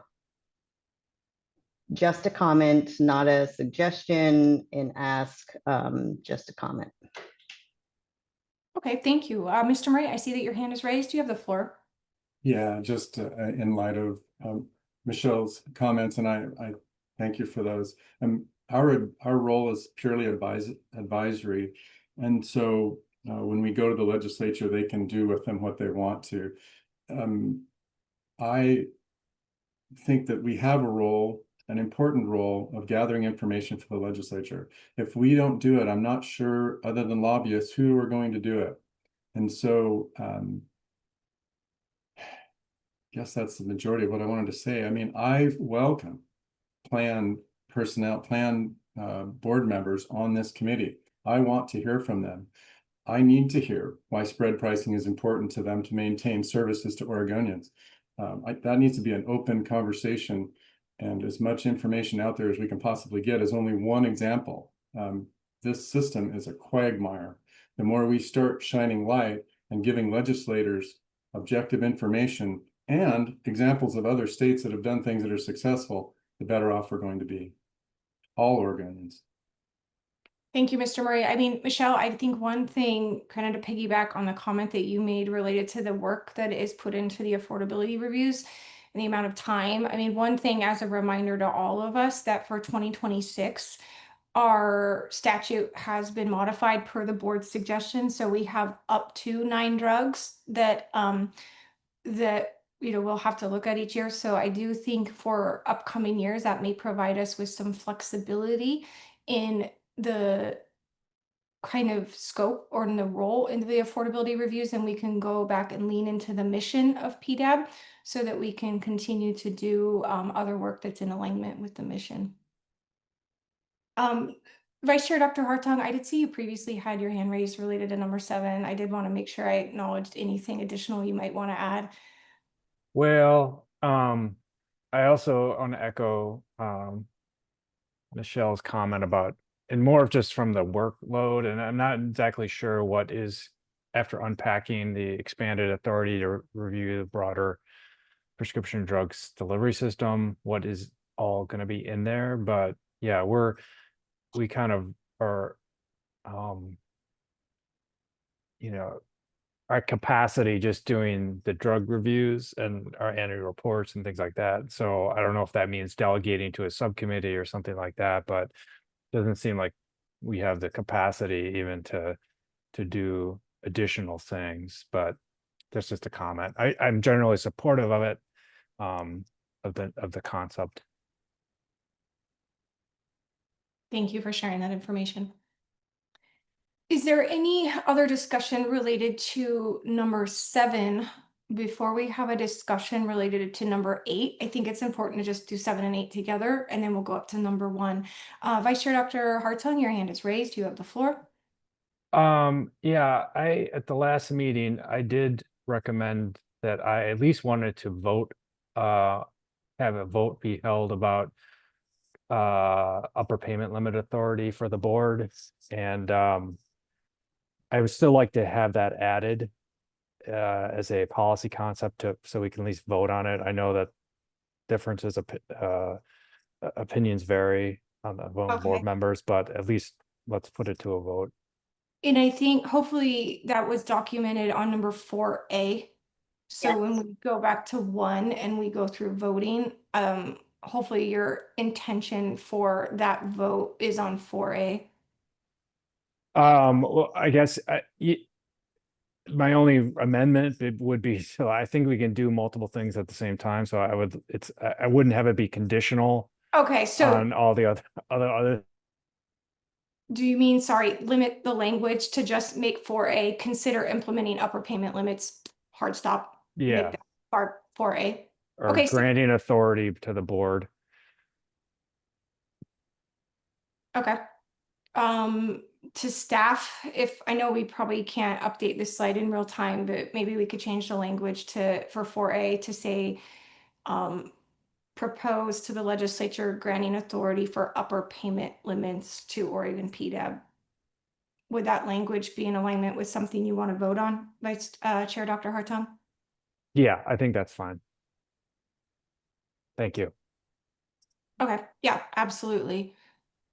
My apologies. Can I get that language? So you said to I consider. would see, I think it was recommend to the Oregon legislature providing Oregon PDAB with the with upper payment limit authority. I think that would be the recommendation that Dr. Hartung is looking to. Yeah. We don't have to have the recommend because all of this is going to be a recommendation. So Correct. the language would say consider implementation of upper payment limit authority. Is Yep. basically how the update would say. I think that's in alignment with what Vice Chair Dr. Hartung was looking to achieve. Okay. And hopefully you can see those changes on the. We can see that. Okay. Thank you. So sorry to go back and forth, but I think if we could scroll back down to 7, because we started our dialogue on 7. I know we're not voting on it till we go through the vote, but I do think if there's any other feedback anyone wants to provide related to 7, and then I do think we should just directly kind of have discussion related to 8, because those two are very similar. Does anyone have any additional comment or feedback they would like to provide related to 7, A or B? Mr. Murray?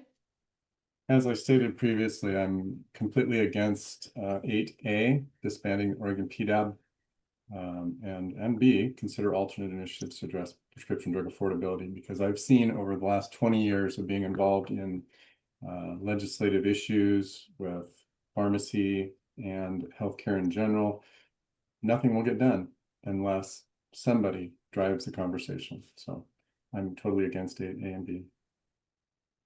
Mr. Murray, thank you for sharing your thoughts. I will share that I'm in alignment with the thoughts you conveyed related to 8, as well as the thoughts you conveyed related to 7.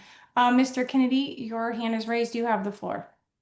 Yes, thank you, Chair Bailey.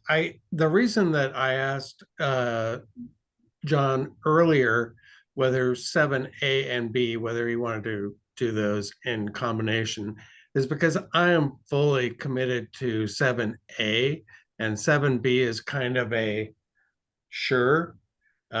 So for me, there's a difference in gradation between A, which is like very strong support, and B, which is like, okay, sure. Well, the good news, Mr. Kennedy, is when we vote, and sorry, this wasn't clear from the packet, but when we vote, we will vote on 7A and 7B as 2 separate votes. Gotcha. Okay, So I just wanted to kind of that's explain helpful. my thinking. Yeah, thank you. Absolutely. And that goes for all the recommendations that are broke down, numeric and alphabetic. Thank you, Chair Bailey, for clarifying that. Yeah. Was there any other discussions for these 2 topics? And then we'll go back to 1, or we can jump around to another one. Let's go. With seeing no other hands raised, let's go to 1, please. Just a second to get there. All right, starting back at number 1. So this incorporates the pharmacy benefit managers reform and pricing transparency. So A would be to enact reforms to improve transparency within PBM operations. This would highlight additional reporting requirements. B would be to prohibit PBM contract terms that require pharmacies to dispense medications below cost and increasing public reporting regarding the PBM rebate pricing practices. And then C is to evaluate potential conflicts of interest and rebate linked incentives among the insurer brokers and contracting intermediates. So understanding the highlight of that subject, is there any topics that the board would like to discuss or have clarified for this section? Chair Bailey, I see your hand up. Yep, and then so I guess I just wanted to clarify for the record, leaning into the language I added before we started this section. These are discussions that we have for the public that may have not been in previous meetings. These are topics that we have had extensive discussion on in previous meetings. So I just wanted to remind everyone here today that this is not our first time as a board, nor our second time as a board having these discussions. So I think with that said, Vice Chair Dr. Hartung, your hand is raised, so you have the floor. It's more of a clarification and just I guess a question for maybe John and Dan Kennedy, and anyone else on the board.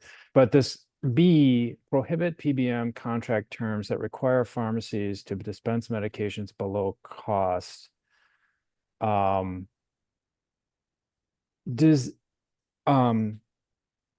like if that were something like that were be implemented, would that have potential negative consequences in terms of access for prescriptions for patients at pharmacies? Just, they're not, because of business reasons, they're not gonna, which makes sense, they're not gonna engage in business. That's where they're losing money.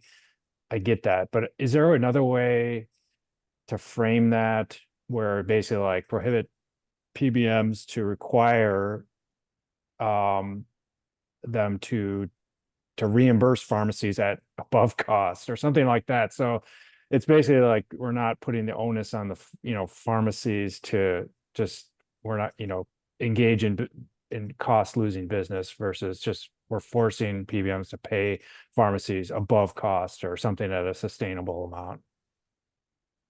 Mr. Murray, your hand's raised.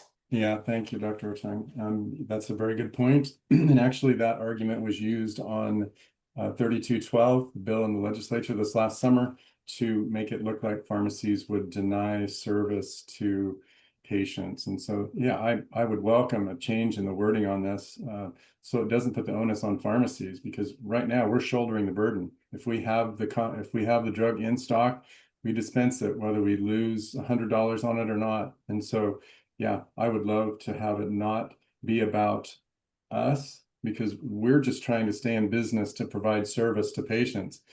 It's about reimbursement practices that are hampering that.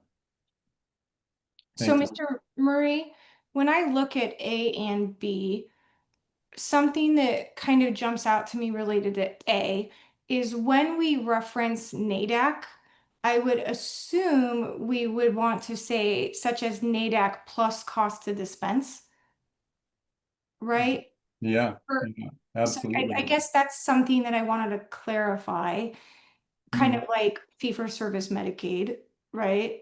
Or, and then related to, so hearing obviously what Vice Chair Dr. Hartung expressed, which I fully agree with, is B a reframe of A, that if we could add such as NADAC plus cost to dispense into A, is B actually necessary as or are they that different?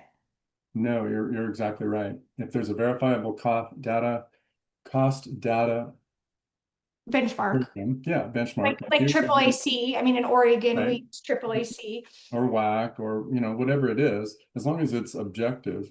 And then we do have to have a cost to dispense, because we have overhead and we have to be able to stay in business. So yes, I would support changing the wording on A. That would negate the need for B and remove that onus. Okay. So Courtney, for the record, on A, can we modify the last piece to say such as AAAC and or NADAC plus cost to dispense? I think that meets what at least Mr. Murray and I have been discussing. Okay, so again, that language you want to use is such as replace, you said? AAC, so yeah, well, I would say, I would put it in front of NADAC, such as AAAC, comma, NADAC, plus cost to dispense.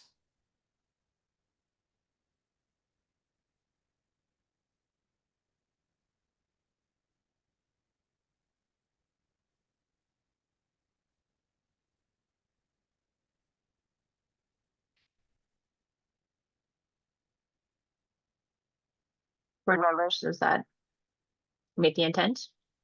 I would remove the comma. Well, I think that's fine. But I think the other, that reflects what I did just say.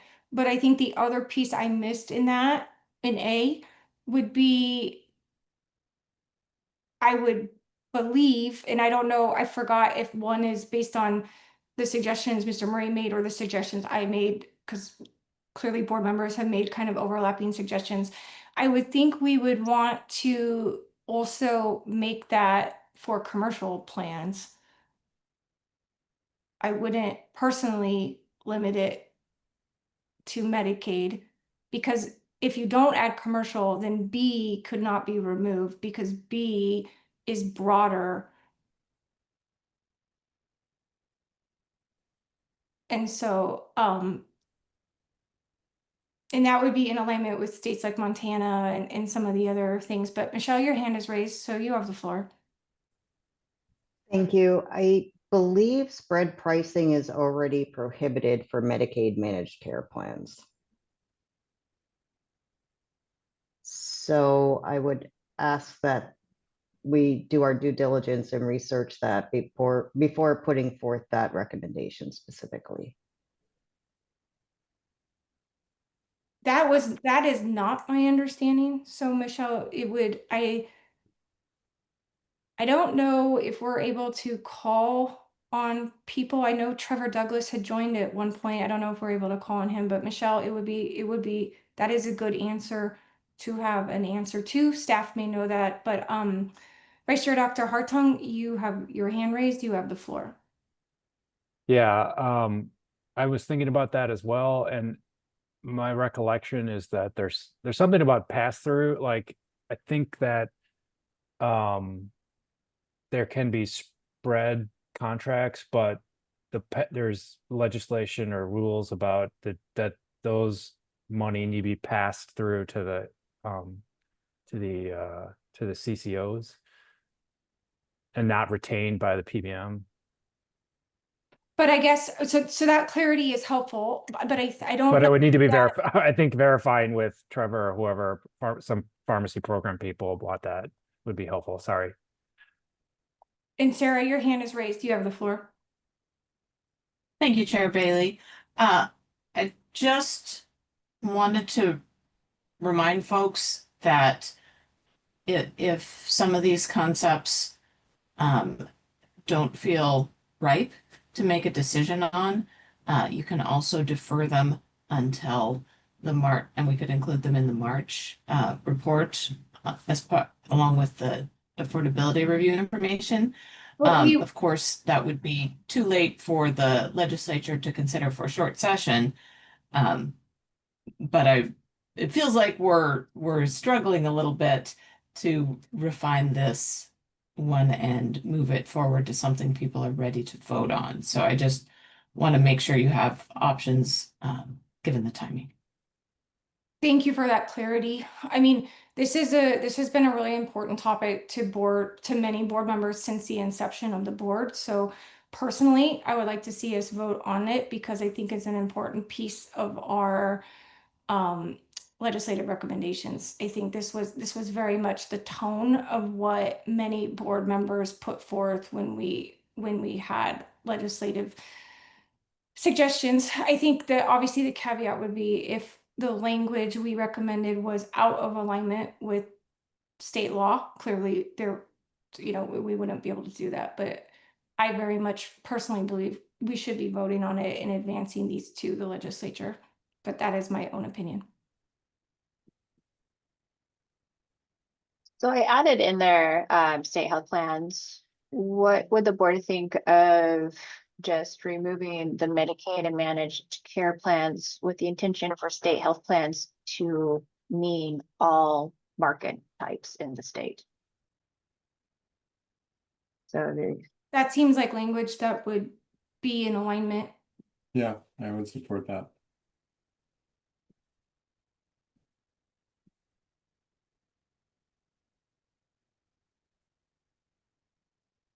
so something of that language type in red.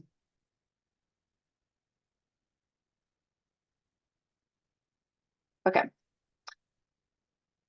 Any other feedback or considerations from the board? Appreciate the changes in the conversation. Michelle, I see your hand up. Yep, just for the record, I'm looking at the CCO 2.0 contract template, which requires pass through 100% of pharmacy costs, such that at a claim level audit will clearly show that payments made to a pharmacy by the PBM matches the amounts the contractor has paid to the PBM. Thank you for reading that, Michelle. So I think the language that we have here, then because it doesn't exclude one type or another, would then maybe potentially apply to those that don't have that requirement. I do think that we should talk about 1B quickly because that is a very different, or excuse me, 1C. Does anyone have any comment or anything that they want to talk about related to 1C? And if not, then we can just vote on it when we're voting, but. Vice Chair Dr. Hartung, you have the floor.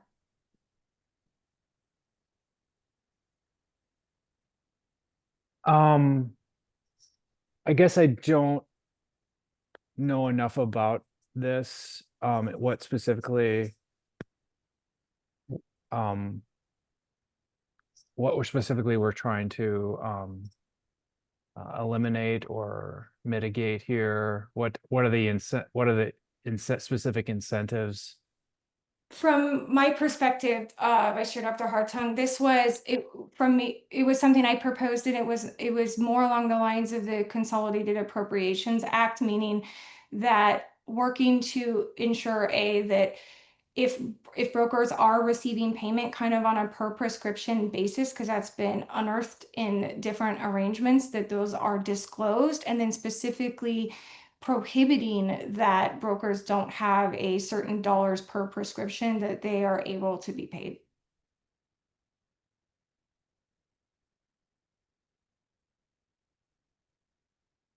Okay.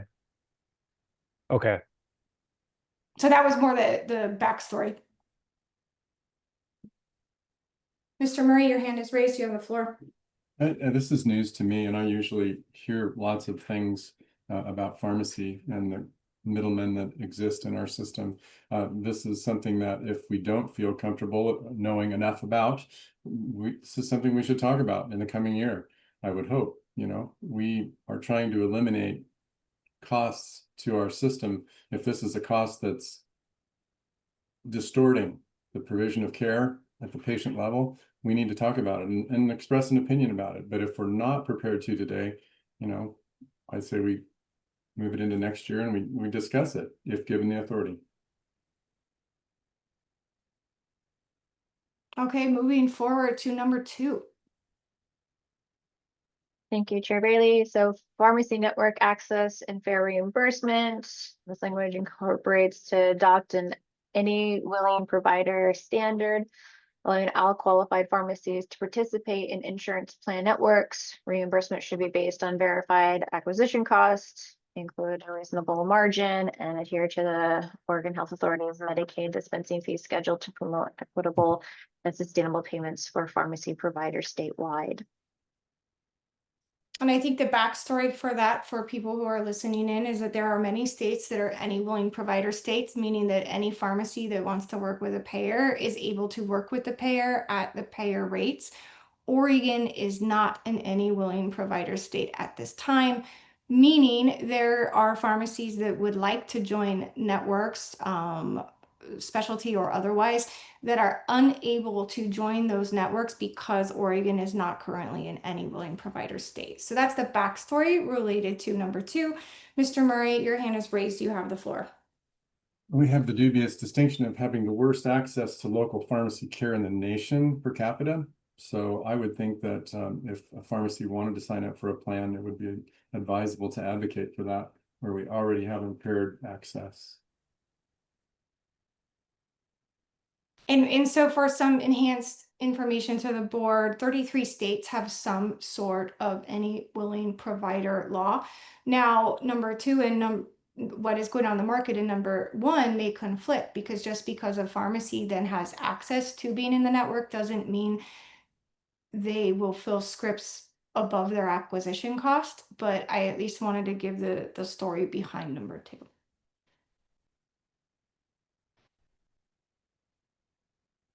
All right, thank you, Chair Bailey. Is there any other discussion on this? Michelle, I see your hand up. I think 2 has 2 parts that should be separated. There's the any willing provider provision, and then there's a reimbursement provision, and I see them as being separate and distinct.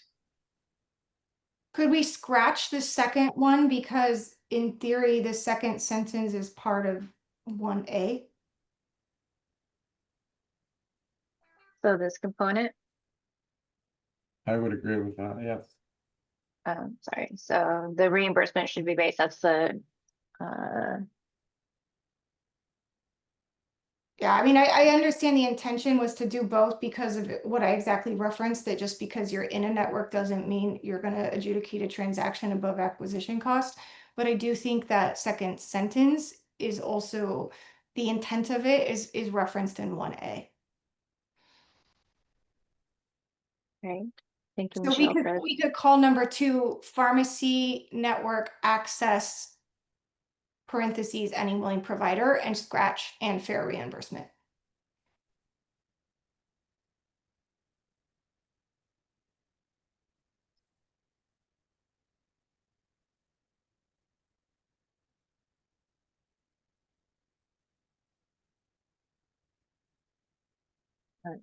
Hopefully you can see my edits, something like that, Chair Bailey. We can see your edits, and I think that's Okay. in alignment with what we discussed. All right, any other comments from the board members before we move on to number 3? Okay. Thank you. All right, so looking at number 3. So this regard a single state PBM and a uniform preferred drug list, or a PDL. So A would to be establish a single statewide PBM for administering use of prescription benefits across Medicaid and managed care programs, and consider extending to commercial markets where flexible. I apologize for the typo for PBM. Where the PBM should be selected through competitive bid pricing that prioritizes transparency, efficiency, and equitable access. Vice Chair Dr. Hartung, I see your hand is raised. You have the floor. Yeah, actually, this is related to the first 2 concepts, and it was more of just a discussion point that I wanted to ask the board about. And do we want to do we want to have a position on kind of pharmacy and pharmacy practice, or pharmacy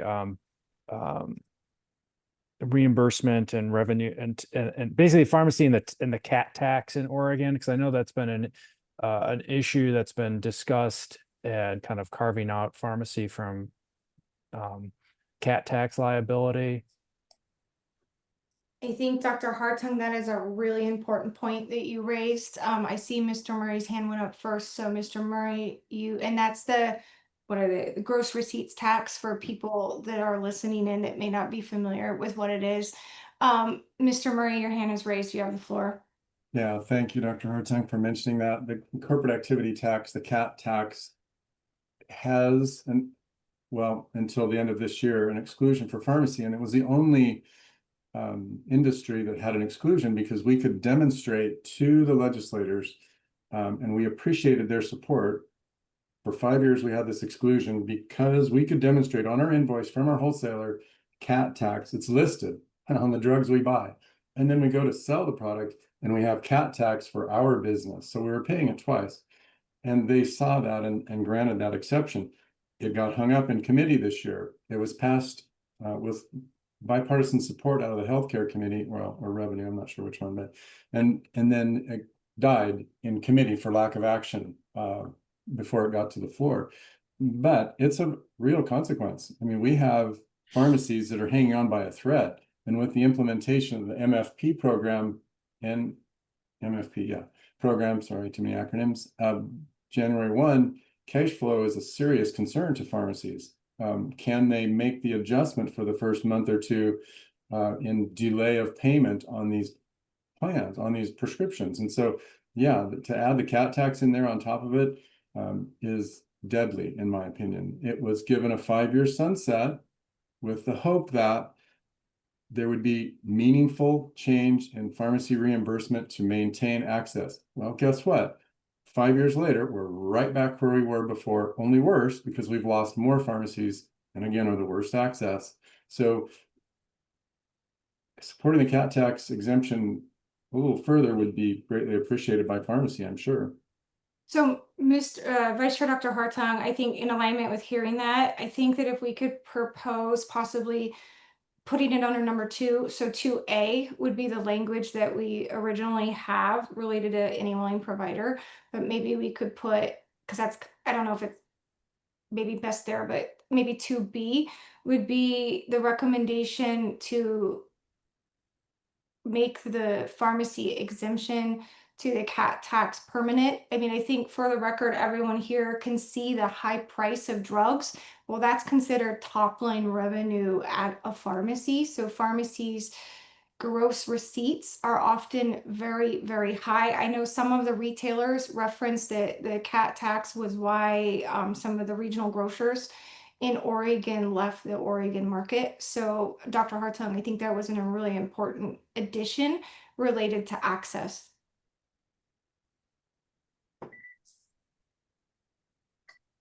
Yeah, So I mean, I'd be supportive of what we come up with in terms of supporting pharmacies in the state.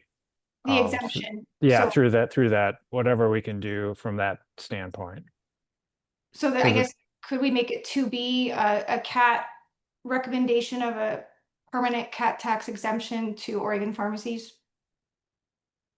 Is that language in alignment with your intention, Dr. Hartung? I like it, but I defer to people who are closer to the pharmacy community than I am. But there was a period in my career where I was very closely part of a lot of those discussions. So that would be my recommended language. Dr. Hartung, thank you for highlighting that. Yeah, and I think the language is good. Thank you, Chair Bailey. Yeah. I would just add, could we make that a permanent CAT exemption? So we don't have another sundowning exemption.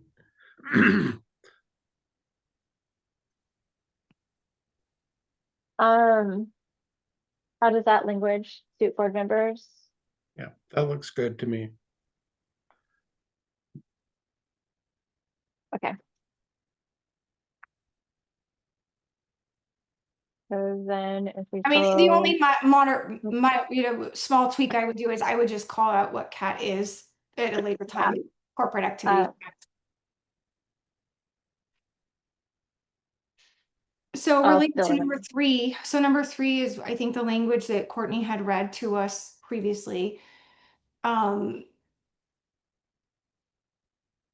my opinion, thinking of the short session, I would probably scratch where practical commercial health plans, because I think on number 3 that there would be a lot more to unpack related to commercial health plans, but that's just my own thoughts. I would agree. It does make it a much bigger target for excluding or downplaying that recommendation.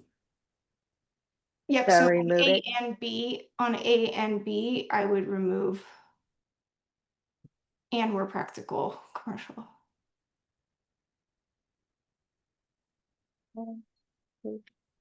Michelle, your hand is raised. You have the floor.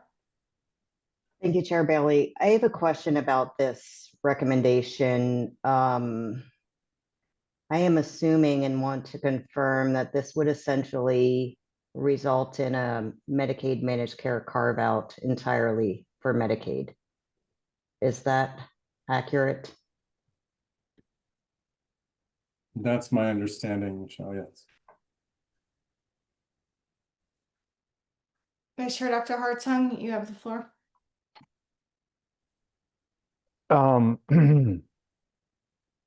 Yeah, I mean, I think that a couple of us put together recommendations kind of in this concept bucket here.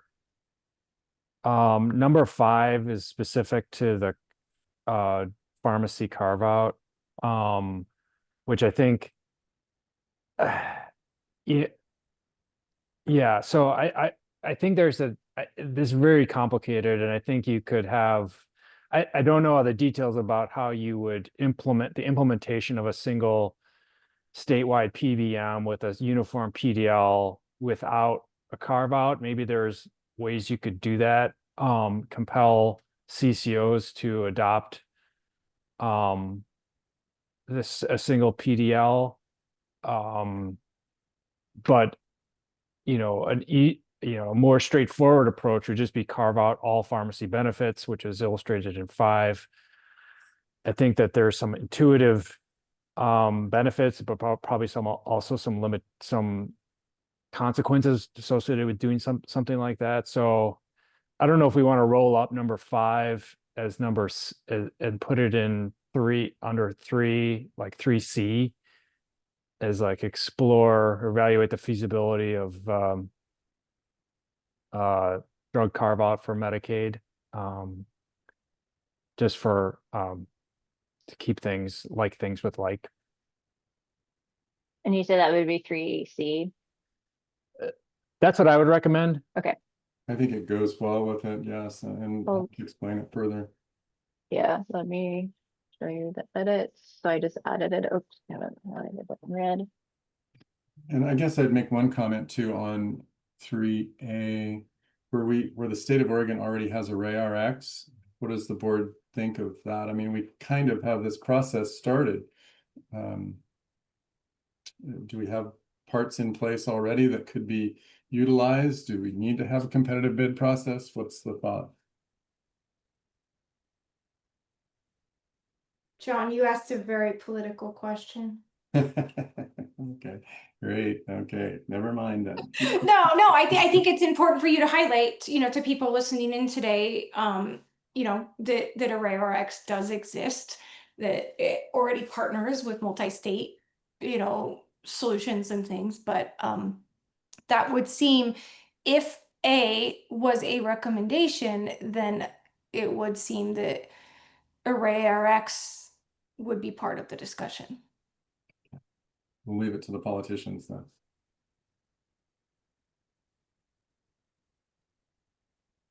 But I hear what you're saying, Vice Chair Dr. Hartung, that if the recommendation is a uniform PDL, then a carve out seems to be, or I think Michelle also mentioned that would be the other lever of that. Yeah, I mean, it's going to be, I don't know, maybe there are different ways to do it, but like, the CCO, fee for service, the rebates that they get on some, they may be preferring high brand cost drugs because they get tremendous rebates on things that CCOs aren't going to see directly.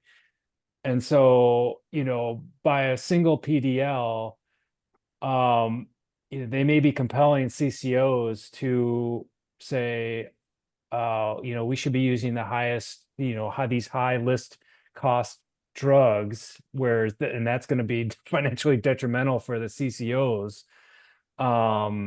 So unless there's just some other way that I'm not understanding, the easiest way to do that, and then financially straightforward, just be carve it out. Then this state sees all those rebate dollars directly, and then the CCOs aren't punished for listing in some cases high brand name, high list price drugs, branded list price drugs because of the rebate. Well, that then they it don't see. significantly modifies the capitated rates and global budget and things. But I mean, the other thing to reference that has come to light since number 3 was even a recommendation is the federal generate model for state Medicaid plans. That is something that's very new and is currently voluntary for state Medicaids, but things are changing every week in the supply chain at this point, but that's going to be an important piece on the Medicaid side.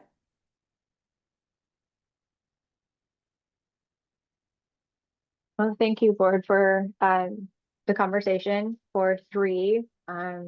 If that looks good with the edits that I've made and no other conversation, I'd like to turn it back to 4. I know we've already made some edit to it, but wanted to provide additional opportunity before moving on to 6 and then start the voting. I just also want to be mindful of time because we do have a break at 10:30, and then we still have all the material packet stuff information we need to start discussing too. So. Courtney, the only thing I would like to add for clarity to 4B is I believe the intention with 4B would be for the language to say explore cost plus pharmacy reimbursement models for public employee programs. I just wanted, for clarity's sake, I think the intention was that to be related to pharmacy reimbursement. Does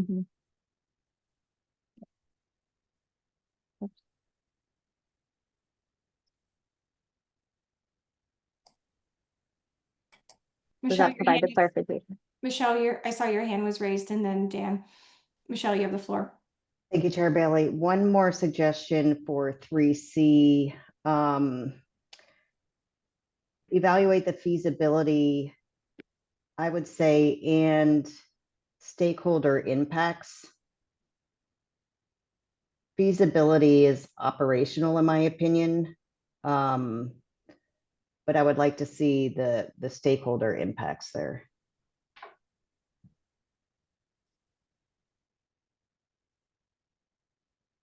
Michelle, did I capture that correctly? Yes, thank you. Dan, can I see your hand up? Yes, I just have a quick comment. It probably would have been better to have this comment at the first of the discussion, but are we looking at these policy concepts as aspirational pieces? Because exemption of the CAT tax, what we're being told is that there's anything that is going to reduce revenue during this short session, it doesn't stand much of a chance of passing. So I think we're running up against a wall there, unless we're just saying, hey, it's aspirational and we would love to see the CAT tax exemption put in place, but the real world, that's never going to happen. So I just wanted to make that clarification. Mr. Murray, your hand is raised. Yeah, I guess I would just say that I think it acknowledges that it was discussed at a board appointed by the governor as an important aspect for the drug delivery chain in Oregon, whether it's feasibly financially or not. I think it's still important that we bring the point forward.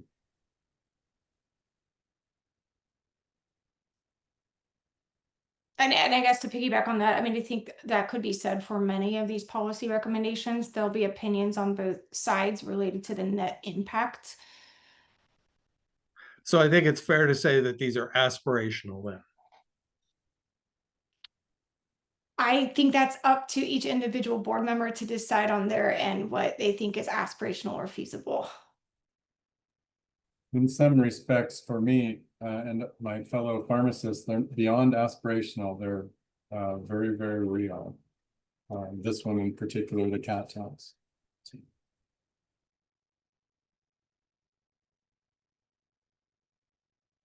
Okay. Any other discussion around 4 before we move to 6?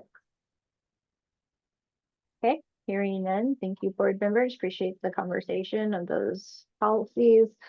So moving on to the recommendation for 340B program transparency. This would require reporting of data about the 340B programs to assess its financial impacts, transparency, and equitable distribution of benefits. The report should evaluate which entities receive the largest economic gains, the patient population served, payer type contributing to the revenue, and then any potential rebate losses to the state due to 340B discounts provided to Medicaid. So I'd like to open it up to the board for any discussion. Chair Bailey, I see your hand up. So I think the original origin story of this was really more conveying the information, because there are states such as Minnesota that do have pretty comprehensive reports related to the 340B program. I think the only thing I would add to this, and this is better answered by someone that works more directly in the space, is I do know there are covered entity types that already do provide enhanced reporting. I also know there are covered entity types that I believe, for example, like dish hospitals, that don't have to provide as much of the reporting mechanisms. So I guess I just wanted to state that we are aware that there are covered entity types that do provide some of this reporting, but not all. I think Laura, you had your hand up first, so you have the floor. A couple of things. My experience working in federally qualified health center with the 340B program, it's extremely important, vital, and serves a lot of marginalized patients.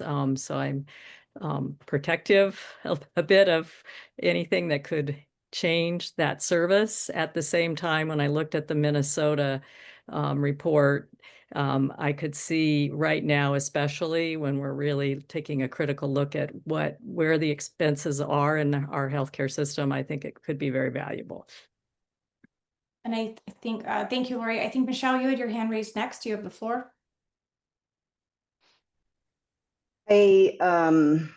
So I just want to acknowledge the concerns with the growth of the 340B program. I think I read through the Minnesota report. It's clear that there are some covered entity types that benefit more from the program perhaps than others, or covered entity types that are not required to invest any 340B savings, aka revenue, back into patient programming. And so I want to add that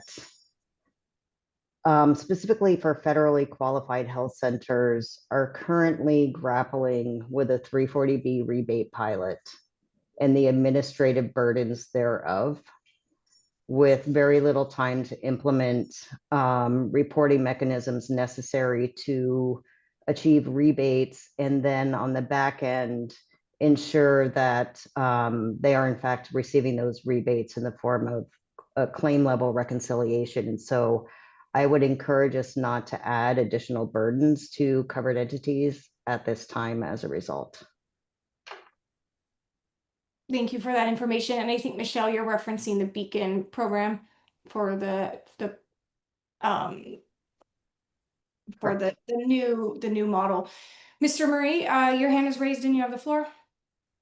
Thank you, Chair Bailey. I'm in support of this as far as I don't want it to be a burden to these entities, but we've had stakeholder comments through these past years that of the points that Michelle mentioned and Lori as being significant concerns for them. And I want to see their programs continue. I think knowledge and transparency for legislators in this arena to address some of those problems is very important, and would support it to the best that these facilities are able to provide it. Thank you, Mr. Murray. Michelle, your hand is raised. You have the floor. Yeah, I just wanted to add the state doesn't have much jurisdiction here. This is a federal program.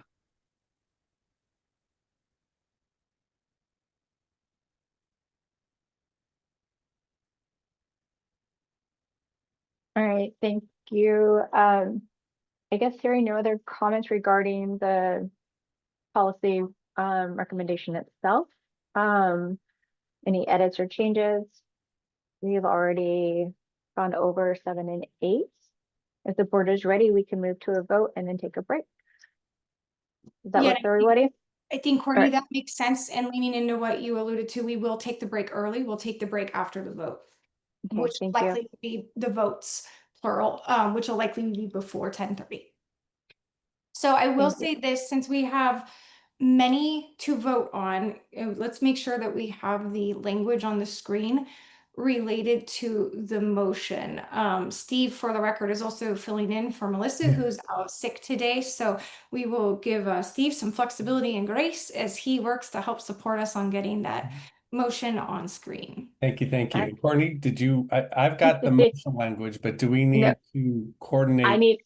I will do both of them. You I got do it. All right. apologize. It's not going to be incredibly pretty, but I'm going to split my screen so you can see the language between the changes. I just need a moment to set everything up, please. And I will keep track of the tally. Thank you. I appreciate that. We are a team, so thank you to both of you. Yeah. Lord, thank you for your patience while I changed around.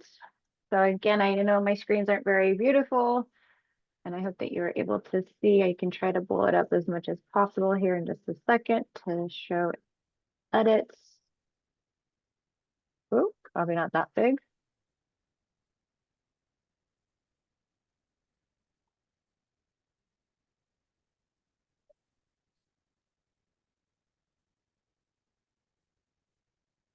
So board, beginning with, again, we're going to do each section and subsection as an independent vote. Basically just need to make the motion to approve the policy recommendation 8.1 as amended, because there are amendments. So we just need to have board members starting off with the first motion. Dan, can you see your hand up? Yes. I would move for approval of policy recommendation 1A as amended by the board today to be included in the annual report. I'll Thank second you, that. Dan. Thank you, John. We got a first and a second. So Steve, if Steve? oh, go ahead, Courtney. I was gonna say, Steve, will you please take the roll? Hold on a second here. All right. Dan Hartung, Aye. Lori Hoagland, Aye. Michelle Coder, Aye. Dan Kennedy, Aye. John Murray, Aye. and Chair Shelley Bailey. Aye. Thank Yep. And that would the official language here, just say we have our votes. The recommendation passes. Perfect. So we got our first one. Good job, Thank Steve. All right. B was removed, so we're gonna jump to 1C. Need a motion, a second, and then a roll call. Dan, can I see your hand raising? Yes. I would move to approve policy recommendation 1C as amended by the board today to be included in the annual report. So this one does not have an amendment, so you'll have to read the bottom one because there's no amendments Sorry. provided. Okay. All right. The technical. I would move to approve policy recommendation 1C to be included in the annual report. I'll second for the sake of discussion. Thank you, John. Steve, will you please call the roll? Will do, and I'll come on screen to make this easier. I will correct to Vice Chair Dan Hartung for your vote. No. Lori Hoagland, No. Michelle Coder, I will abstain. Dan Kennedy, Yes. John Murray, No. Chair Shelley Bailey. Yes. The vote is 3 noes, 2 yeses, and 1 abstain. So the noes have it. It does not pass. All right. Thank you, board. Appreciate your vote to get number 1 completed. Going on to recommendation number 2. I may have to make an edit real quick to this to incorporate.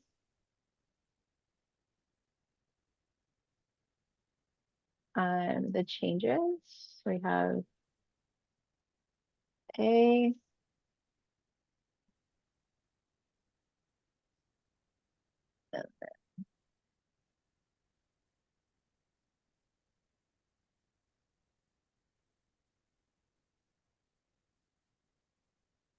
Thank you for your patience, board. All right, so going on to 2, I need a motion to approve the amended component.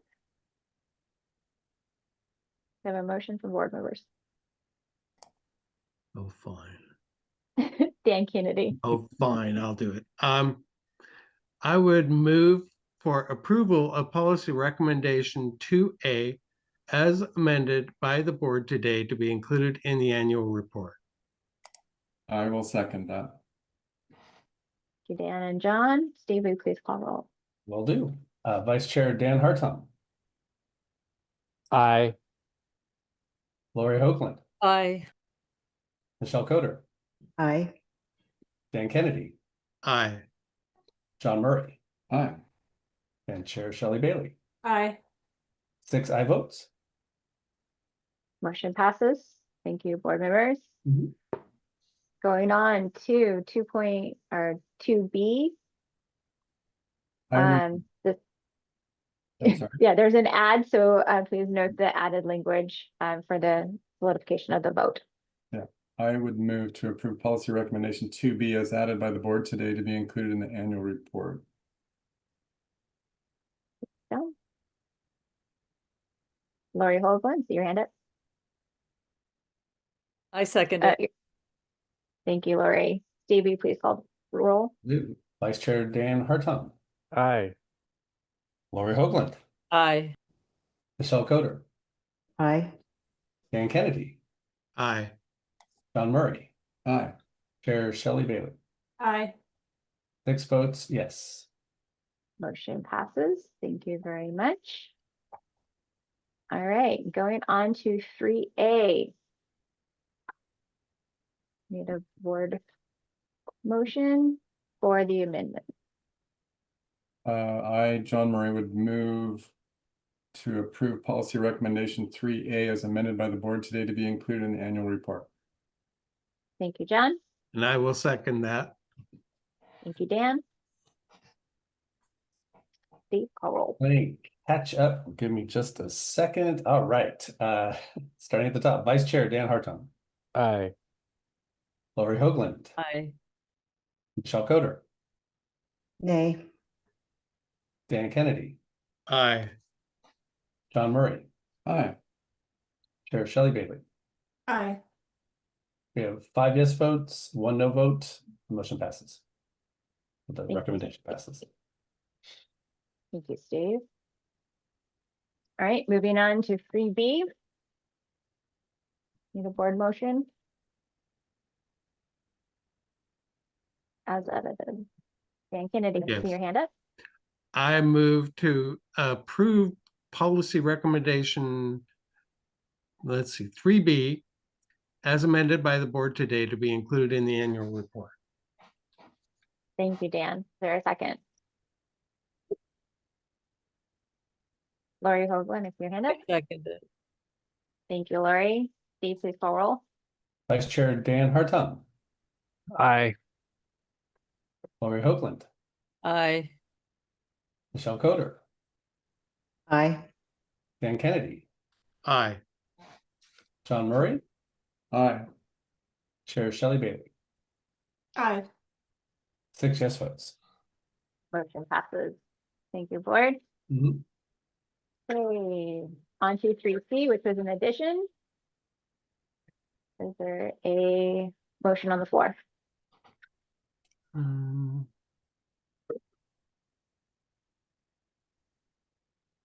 this was the one that was moved up from number 5. This is John. I would move approval of recommendation 3C is added by the board today to be included in the annual report. Thank you, John. Is there a second? I will second Dan. that.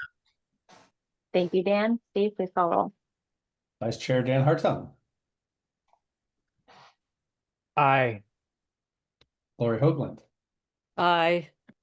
Michelle Coder, Aye. Dan Kennedy, Aye. John Murray, Aye. and Chair Shelley Bailey. Aye. 6 yes votes. Motion passes. Wonderful. Thank you, board members.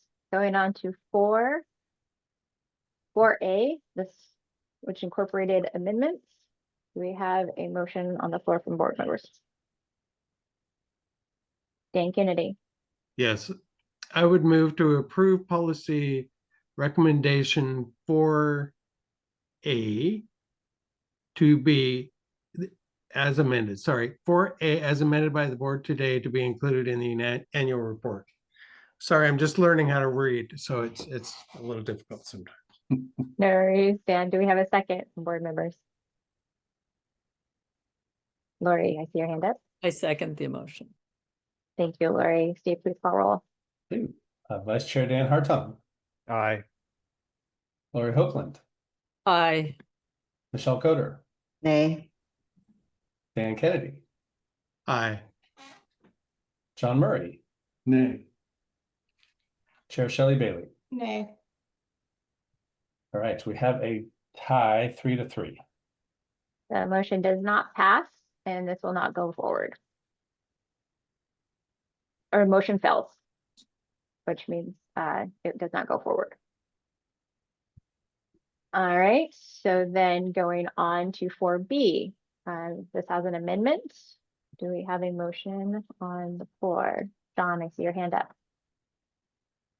Yes, I would move to approve policy recommendations 4B as amended by the board today to be included in the annual report. Thank you, John. Is there a second? I will second that. Thank you, Dan. Steve, please call roll. Vice Chair Dan Hartung, Aye. Lori Hoagland, Nay. Michelle Coder, Aye. Dan Kennedy, Aye. John Murray, Aye. and Chair Shelley Bailey. Aye. 5 yes votes. Motion passes. Wonderful. Thank you, Steve. Thank you, board. 5 was removed, so we will move on to number 6. There were no edits or altering language added to this, so it will be included as is. Do we have a motion on the floor from board members? John, I see your hand up. I would move to approve policy recommendation 6 to be included in the annual report. Thank you. I will We second that. Thank you. Well, Steve, please call roll. Right, we're getting efficient. Vice Chair Dan Hartung, Aye.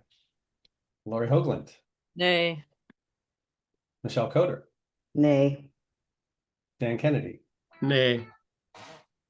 John Murray, Aye. Chair Shelley Bailey. Aye.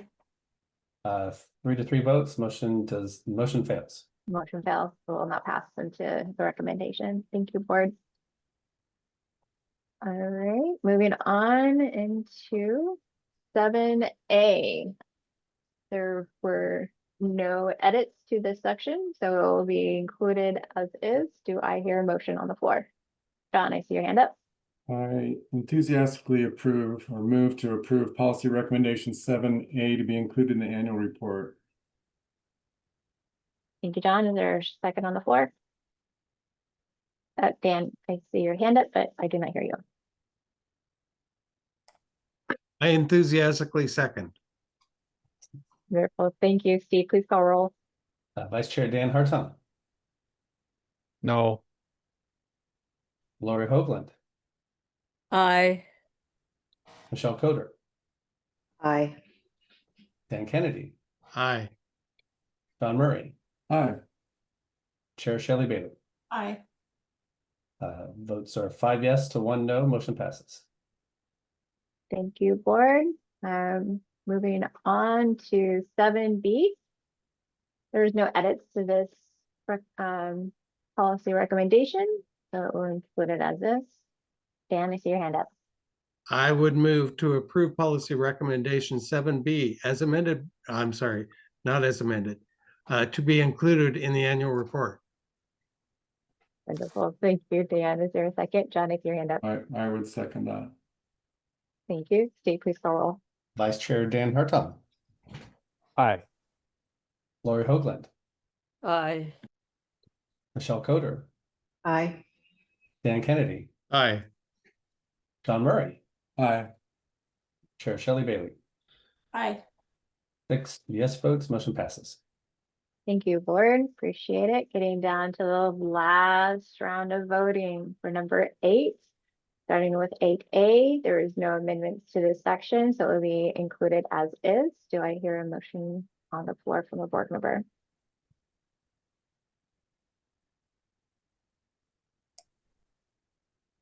Dan Kennedy. I would move for approval of policy recommendation A to be included in the annual report. Is there a second?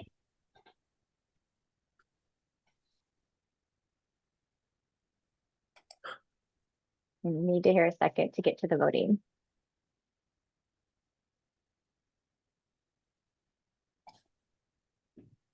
Board members. I'll second the motion solely so that we can vote. It is not representative of my personal opinion on the matter. Yes, that's completely understood. Thank you, Chair Bailey, for seconding. Steve, please call roll for the votes. Vice Chair Dan Hartung, No. Lori Hoagland, No. Michelle Coder, No. Dan Kennedy, No. John Murray, No. Chair Shelley Bailey. No. 6 no votes, it does not pass.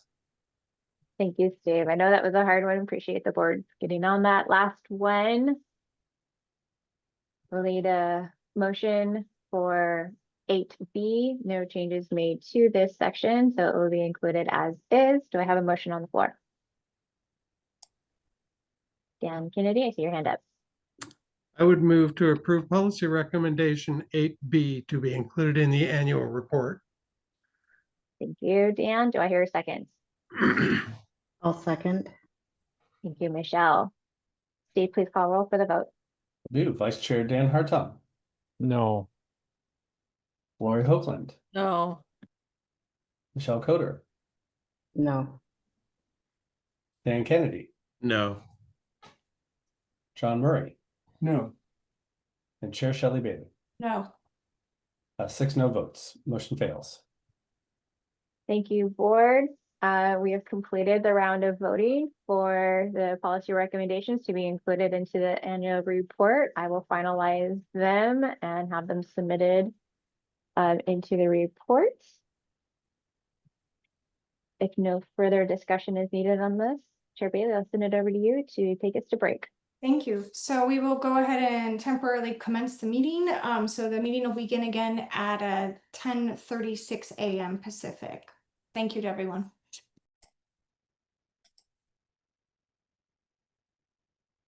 All right, welcome back, everybody. Steve, if you could just call a quick roll call so we can confirm that we have all board members here before we move forward in the meeting. Will do. We'll start with Chair Shelley Bailey, Present. Vice Chair Dan Hartung, Present. Lori Hoagland, Present. Dan Kennedy, Here. Michelle Coder, Present. John Murray. Present. We have quorum. Perfect. Thank you, Steve. So we are now moving to the part of the meeting where we have our continued discussion and review of the methodology for drug reviews and scoring rubric and worksheet. Today, the board will continue the discussion from last month related to the methodology documents for drug reviews, the scoring rubric and worksheet, and Courtney will lead us in the discussion. Courtney, welcome. Thank you, Chair Bailey. I hope everybody had a nice break. So for this section of the board meeting, we're going to start by reviewing the rubric. Now, again, the rubric was developed as a optional tool for the board to use in kind of concepts of how to look at the affordability packets. I made some changes from the discussions from last month where there was a few domains that were challenging to set to a scoring system of 1 through 3. So I set it up to change a handful of those over to yes or no, and incorporated questions that would, if it was a yes answer, it would incorporate a score of 1 to show an impact. So, and I do apologize, I had to change this Excel spreadsheet a little to make it fit into the PDF format, but hopefully that will do. So, again, everything in this section with the scoring structure is 0 to 3. There was no additional language changes. The only thing that was changed was the utilization numbers, the less than 2,999 was originally a score of 3. So rearranged those to now have less than 299 patients as a score of 0. That was the only change that was made to that section. Looking at the questions, just understanding concepts that equity, impact, and consideration would state, and does information show the drug disproportionately burdens or limits access for specific populations? If it does show an impact, a score would be applied as 1.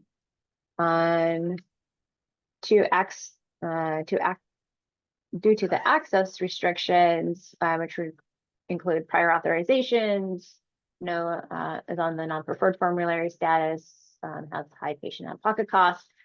If it contributes to the increased system spend or patient financial burden, again, no would be 0, a 1, or a yes would indicate a score of 1. So kind of utilizing these methodologies with the changes in the scoring methods. Does the board have any concerns with this new concept? And again, only utilizing this as a tool. I just want to kind of make sure that all the board members are kind of on the same page with the intention of this document before we start looking at the material packets, just to ensure that the board's using it to the best of their abilities that can help them determine how a drug can be reviewed to either have an impact, a cost impact to the system or patient out-of-pocket cost or not.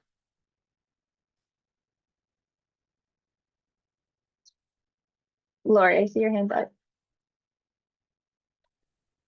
My only comment to this is that if you're looking strictly from a scoring perspective, the weight of some of these things by virtue of yes being 1 point, may end up giving more merit to certain criteria than others that are important to our mission. So I just wanted to call that out. I'm not sure how you would go about changing that, but I think the literal point system is a little tricky.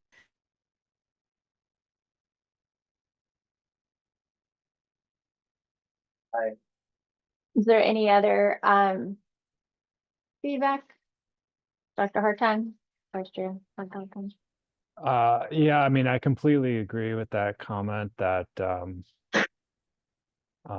just the mechanics of this rubric now basically inherently handicap some of these domains. Like you can only get a score of one, highest score of 1 versus high score of 3 for utilization. So if you, I mean, I'm wondering if it makes sense just to have it continue to be 0 to 3, just so you know, whoever looks at this can, you know, they can imply that if they think it is, you know, it disproportionately affects that particular domain to the degree that these others do. So I'm less concerned about it personally, just because I'm not going to be literally using the like scoring system, but I think just as a way of thinking through things, I think that's helpful, but the scoring is less relevant to my personal use. Yes, Michelle, I see your hand up. I shared the same concerns. I don't know if, you know, and again, this is just a tool and shouldn't be, I don't think black and white, but really utilizing additional inputs. I do question the criteria on therapeutic alternatives. Do they fail to reduce total system spend or patient out-of-pocket burden? Is the question we're really asking, are there therapeutic alternatives? I mean, the language can be changed to meet however the board wants to look at that section.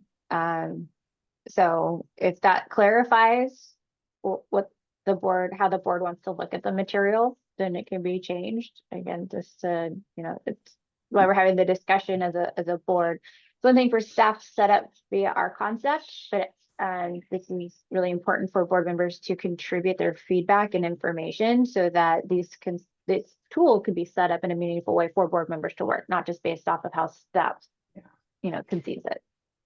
My thought process behind that was if there are no therapeutic alternatives, then the impacts of a drug costs are going to be significantly higher. Mm-hmm. Do you have suggested language that we can apply to show? Yeah, my suggestion would be do lesser expensive therapeutic alternatives exist for the condition.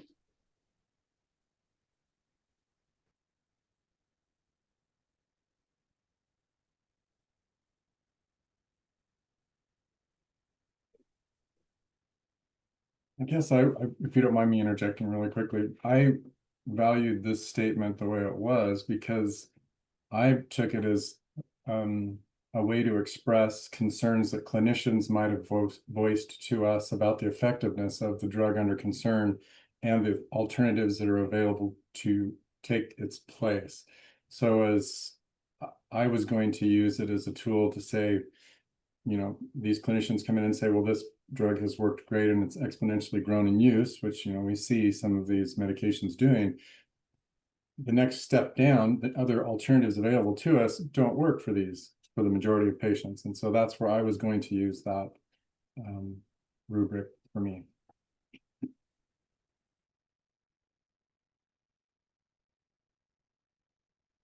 So before commenting, is there any other feedback from the board on how you would like to see the therapeutic alternatives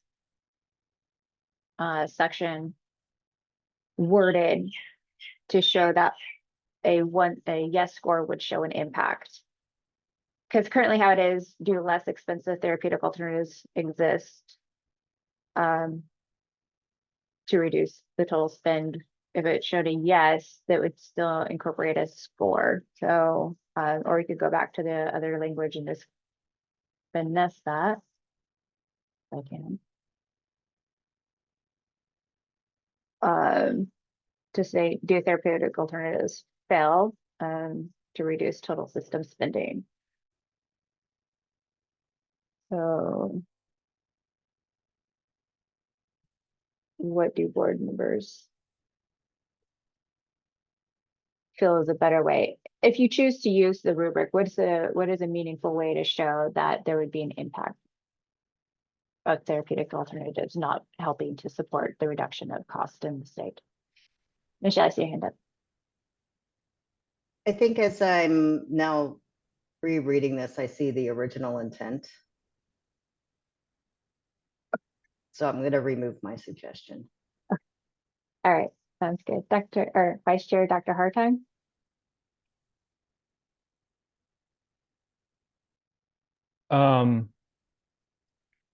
You could say, just to make it more, I think it would make it more clear, and it would retain the intent, is like, do less costly therapeutic alternatives exist? And, for instance, if there is like a substantially less costly alternative, I feel like that would make the affordability issue of the drug in question it would bring relief to that, or bring that out, that, well, there's another drug that can treat this condition that's significantly less costly. We could, make an argument that there are affordability issues for this other drug because it's priced in a way, or some other factor makes it unaffordable. So the need for the additional language is to do less expensive therapeutic alternatives fail to reduce the total system spend against the drug under review. Is that just adding in less expensive? Because sometimes the less therapeutic alternatives aren't always less expensive. So, and again, yeah, let me see if I can. But I'm happy to update that language, however the board feels is relevant for review. Well, I guess I was looking at, in the rules, it definitely says we're supposed to consider this in some fashion. So, and the way it says is the estimated price for therapeutic alternatives to the drug that are sold in the state.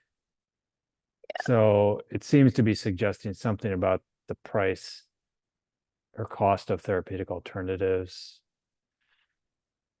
Okay, so I just added RAILR in this section for payers against the total expenditures for each of the therapeutic alternatives to RAILR. So again, just in this sense, RAILR definitely has a higher level of utilization and a higher level of expenditures. Looking at that in comparison to the kind of question being asked in the rubric,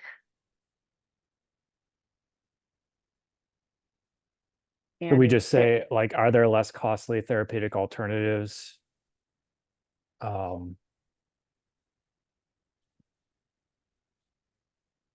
then just leave it ambiguous in terms of like we can, that can be interpreted the price of the drug. We can interpret it as the, out-of-pocket cost for the patient. But it recognizes that the costs of therapeutic alternatives should be considered in our deliberations here, and how we conceptualize cost is kind of up to us. Okay, that's a concept. For changing anything, I wanted to address Lori's hand up.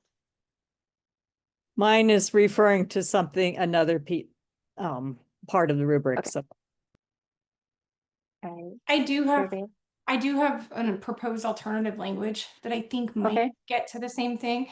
Perhaps something like, do therapeutic alternatives result in comparable or higher total system spending or patient out-of-pocket costs?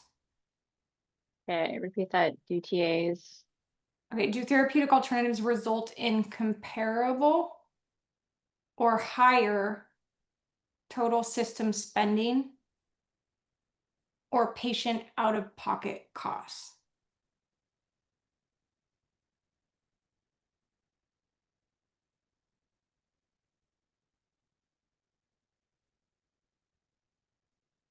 I know I have some shorthand in there. Is that representative of what we're trying to get at? Because Dan, your hand is raised. Oh, Laura, I think Lori wanted to comment on another piece of the rubric, which is why when I saw your hand. okay.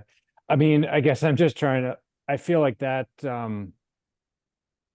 the way you articulated it a little bit is a little more murky because it just kind of, well, let me see. Do therapeutic alternatives result in comparable or total system spending or total? Or higher. Yeah, I think we're missing. Do therapeutic alternatives result in comparable or higher total system spending? I guess what is your thought, your opposition to just saying, are there lower cost therapeutic alternatives? There isn't. Okay.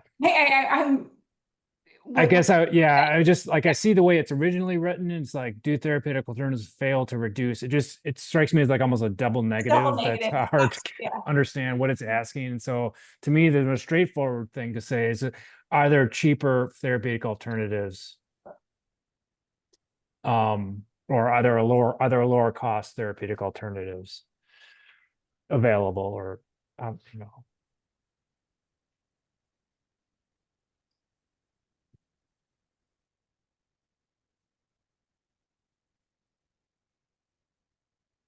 Okay. So again, we could do super simple.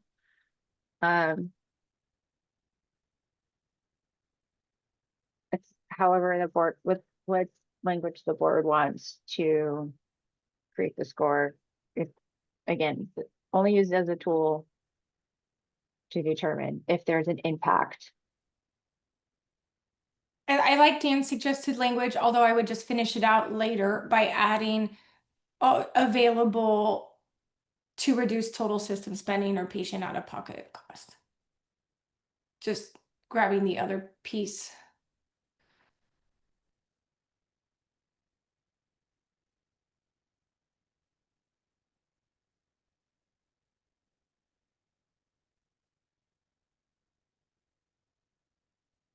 Available to reduce.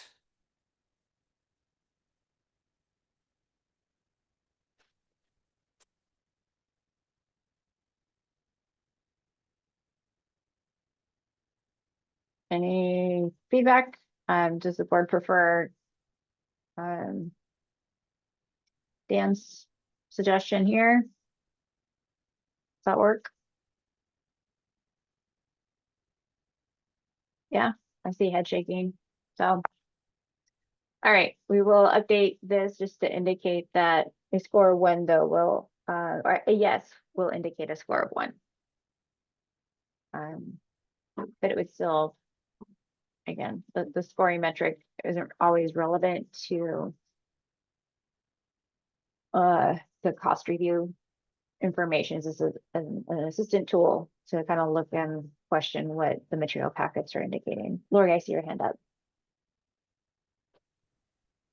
I wanted to speak to the section above. Do access restrictions, prior authorization, non-preferred formulary status, high patient out-of-pocket contribute. And I kind of feel like that shouldn't be all bunched together, that those are all significant unto themselves, working in a clinic context. The cost of prior authorizations is huge barrier, and because it really ties up staff and isn't even possible in some settings. Anyway, so I'm just wondering if in terms of weighing these things out, if we might consider some of these categories separately. So this is a discussion that we had last month, and actually why a lot of the rubric has been changed over to a yes, no. Because like this section to access was in reference to plan design information, which if any of these showed, you know, an increase, then it would have, would show an impact in some way to access. And so we're looking at it, you know, not necessarily individual point, because overall, when the board starts discussing the material packet, those are kind of the information, like what you just said, Lori, that can be backed. But as far as like a scoring metric, to say that there is an impact, this would just be like the start of a conversation point to like, yes, there is an impact. Let's have a further discussion about it, instead of utilizing the rubric to break down each component that could possibly be an impact. So it's kind of up to the board members then to note what the concept of an impact would be due to the information in the material packet. Hopefully that clarifies the intent. So totally agree. Like if you were to look at this, you know, does access restrict? So if you have, you know, 96.6% are non-preferred, I say that's an access. Mark it as a yes, indicate in your notes as a board member your concept of how that is an impact, and then have a continued conversation with the rest of the board members when we talk about that drug. Vice Chair Dr. Hartung. Yeah, I don't know. I mean, aside from I'm kind of don't think breaking these up into little smaller sections would be actually actionable, given the data we have, because you know, I'm in favor of keeping this as just kind of access restriction, insurance program related access restrictions. I would say we can probably take this high patient out-of-pocket cost out of there, because that's covered in I guess this enrollee burden piece. Sure. So this should be, I think, strictly kind of insurance design issues. The ironic thing is the higher the cost of these of the drugs in question, the more likely they're going to be restricted. So I feel like there's going to be some association between this one and the cost burdens. Mm-hmm. And then also know that the cost burdens is based on the patient out-of-pocket cost amount and not necessarily plan design information for access. But I appreciate the conversation and feedback. Anything else on the rubric information? And maybe as we start talking about the material packets, we might be able to come up with the other language to kind of shore up any other needed edits for the rubric. But I think with short of this, just one major change to the therapeutic alternatives, hopefully everything else would be able to capture if there's a cost impact to either the healthcare system or patient out-of-pocket costs. Which reminds me, I did want to remind the board that there are two objectives for the cost review. When you look at the material packet, our statute says or, so it has to look at if a drug has an impact to the healthcare system or patient out-of-pocket costs.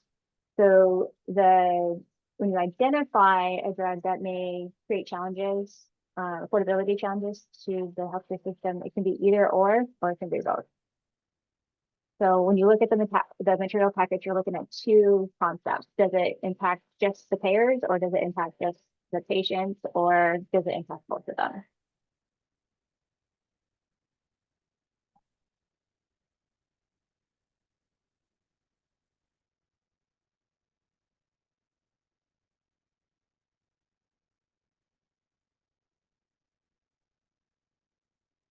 Okay, I guess hearing no other feedback from board members on the rubric, I'm going to take just a second to stop sharing, and I'm going to roll over so we can start talking about the material packet, since we have less than an hour to kind of start diving in how the board wants to review those for the next couple months. As a reminder, we will be voting for drugs that will be creating affordability challenges in January. So there will be no further discussions, or if we do discussions, it'll be very limited in January so that we can get through the votes and continue on with the other needed board work that will hopefully I'll be able to show you the preliminary list of the 2024 data. So we do need to have meaningful conversation about that. But if you can give me just a second to set up. Courtney, while you're pulling that up, I'll just read that piece of the agenda while you're. Thank you. So the board is conducting drug reviews per ORS 646A.694 and OAR 925-200-0020. At the July 16th meeting, the board reviewed 6 drugs in Group 1, 5 drugs in Group 2, and on August 20th, 5 drugs in Group 3, and on September 17th, 7 insulin products in Group 4, and on October 15th.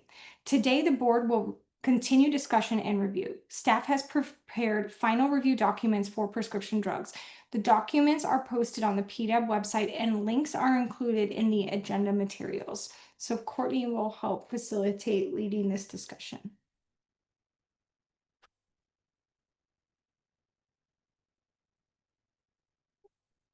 All right, thank you. I'm going to share my screen and just do a quick high level reminder of where we are in our timeline. Let me go into my next screen here. All right. So we're in November. Again, this is the time of the review component where all the drug groups have been reviewed. So you had group 1, 2, 3, and then group 4 was insulin products. All the packets have been updated with all the feedback from board members provided over the last few months. They have been posted all online, so you can have review. There's no more, they're no longer rolling packets, so all information in there is pretty much stationary, unless a board member finds a discrepancy in any of the data, then that can be addressed. But as far as how the packets have been set up, we've spoke 4 months of updates and requirements. And so going forward this month and into December and part of January, again, with January being that vote month for the material packets, we're here to have a discussion on how the board wants to start looking at how the drugs under review may cause affordability challenges. And as I said, either to the healthcare system or patient out-of-pocket costs. It could be one or the other. And again, as Chair Bailey said, we had group 1, which included the antipsychotics Vraylar, cardiovascular agent Entresto, migraine products Ajovy, Imbalti, Nortec ODT, and then the Ubrelvy. Group 2, anti-asthmatic, which was Trilogy, anticoagulants, Eliquis and Xarelto, dermatological, Cosentyx, and digestive aid, Creon, followed by anti-diabetics, which were Jardiance, Mounjaro, Ozempic, Rybelsus, and Trulicity, and then all the insulin glargine products. So with a highlight of where we're at now and the discussion, let me find my material packet again. Starting at the top with Vraylar. It's not my intention to go through every single packet. We've already done that. I really want to open it up to the board to, again, utilize conversations based off of the rubric that has been developed as a tool to help facilitate discussion, or start talking about how the board wants to group or remove drugs that may no longer show an impact due to all the information that has been presented. So I really need to lean into board expertise of your professions and your feedback of how the drug determination should be done.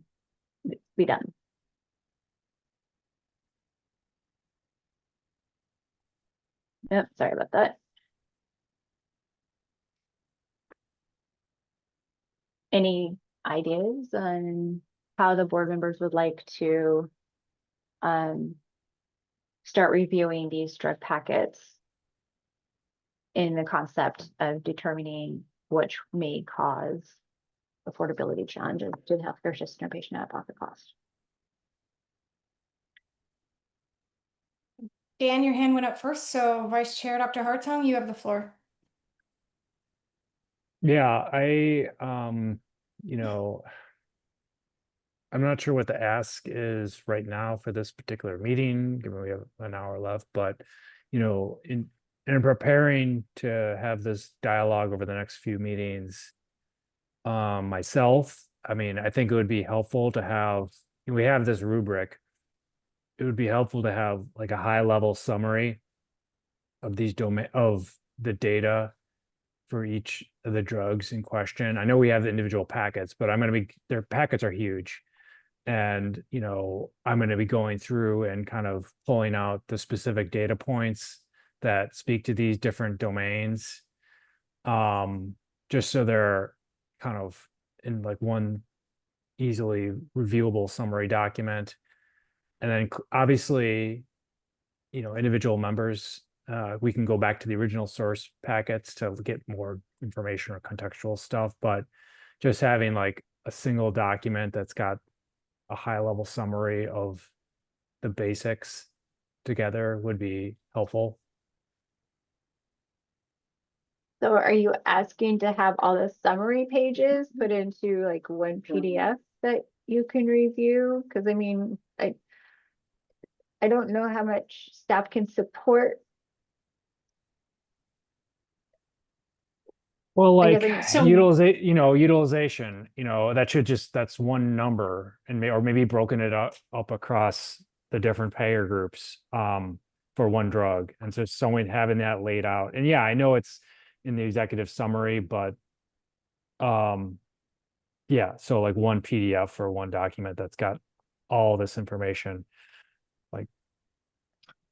So one thing staff could certainly do would be essentially to pull all this information that's in the rubric considerations tables into, you know, one spreadsheet or one reference, if that would be helpful. I think Courtney had some ideas on how to do that. Is that what you're asking for, Dan? Yeah, I mean, either some help doing it, because I mean, that's what we're being asked to do. Go back to these documents and think about these high level pieces of information and having some other summary document or file or something that would make that task a little easier would be helpful. Yeah, and just for clarification, so are you wanting it to be in reference to the rubric information? And showing like where like a scoring process would be with that? Because I know that you weren't a big fan of showing rubric stuff. What you want is No. for us to go through each of the material packets now and consolidate everything down to, you know, in group one, showing the summary pages. Like for utilization, for example, like how many patients in the state take Vraylar and how is that broken up by the different payer groups? That's it. And then you don't need to put it into the different domains. It's a number. Price evaluation, you know, what was the list price change over the last 5 years? And then we can kind of, or what was the list price and what was over the last 5 years and what was the change? Again, pretty simple stuff. And then, you know, we can go and board members, if they want, they can go back to the source documents and see, as you pull it up, I can say, well, Vraylar is, you know, under 5 or 5 most years. Is that, you know, what if I have a question about other drugs? I can go to this and look at it. But, you know, just as again, a simple file that we can go and get kind of top line data for the main domains, I think would be helpful. I mean, I do think one overarching ask, if I heard Courtney at the beginning accurately, and maybe this is for dialogue for us as a board, is when we're thinking about this, you know, it's been asked of us kind of multiple times, is a lens that we want to look at total cost to the system or cost, you know, to the patient. So I think maybe that's a piece of the narrowing down portion of the discussion that, you know, maybe is something that we should have today, because that is like a philosophical, you know, to an extent discussion. I mean, I will throw out there personally, I think we should be looking at the cost to the payer, because that's what drives ultimately the cost to the patient. But I think that's probably a piece of the discussion that as a board, we should talk about.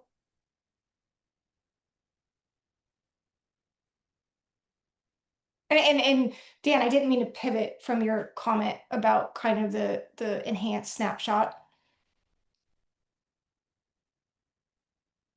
I don't disagree with that comment. I was thinking that giving staff some direction that could help support them supporting us.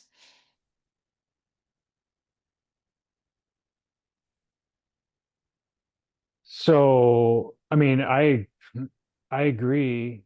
I mean, I think we need to look, we have to look at both those things. And I think to the extent that we are a board of individuals that have different values, preferences, and kind of outlooks on things, that we might value those things differently. And so I feel like I don't know if there should be a board consensus about what affordability means. I think we should think about affordability. We can discuss affordability in terms of those different domains, but I don't think we need to have a board position on what the most high, you know, what's the consensus facet or perspective on affordability is. Well, and I guess good point. I think I should have been a little more clear in my language. I think we've had some discussions previously about like cost. So you're right, affordability has different meanings, you know, to different people. But you know, from the lens of cost, are those discussions that we want to be having today, like looking at when we look at total cost or something, I think, at least Courtney, if I'm hearing you accurately, were you looking for us today to find or provide feedback on some of what we've seen in these packets that based on cost or other factors, we may not want to include a vote during January for certain drugs in reference? Was that your ask to the board today? Well, the ask is, you know, I know that there's a lot of information in these material packets. And if the board has been reviewing them, has any drug popped out that maybe will it be removed, right? Otherwise, it really should be board members facilitating how you want to look at these drugs. And I'm having trouble hearing. Is it? Are other people having trouble hearing? Okay. Yes. And Courtney, that was just recent. It was just the most recent time you were speaking. okay. Can you give me just a second? Go ahead and continue on with your discussion. And then I need to go fix my audio. No problem. And we can hear you better now. But we can continue to speak.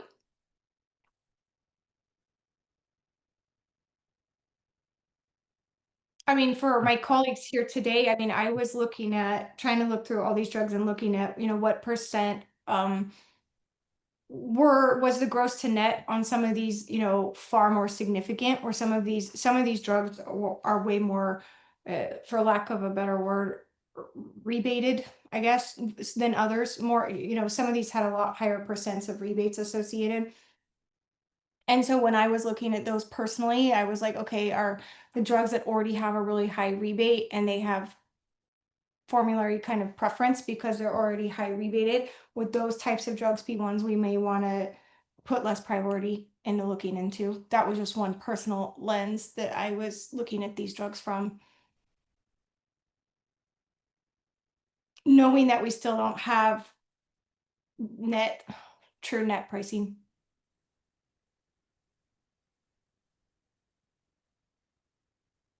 So I think, are you back, Courtney? Yeah, my headphones died, so I'm just gonna have to speak loudly into my computer. Hopefully you'll be able to hear me. But go ahead, Sarah.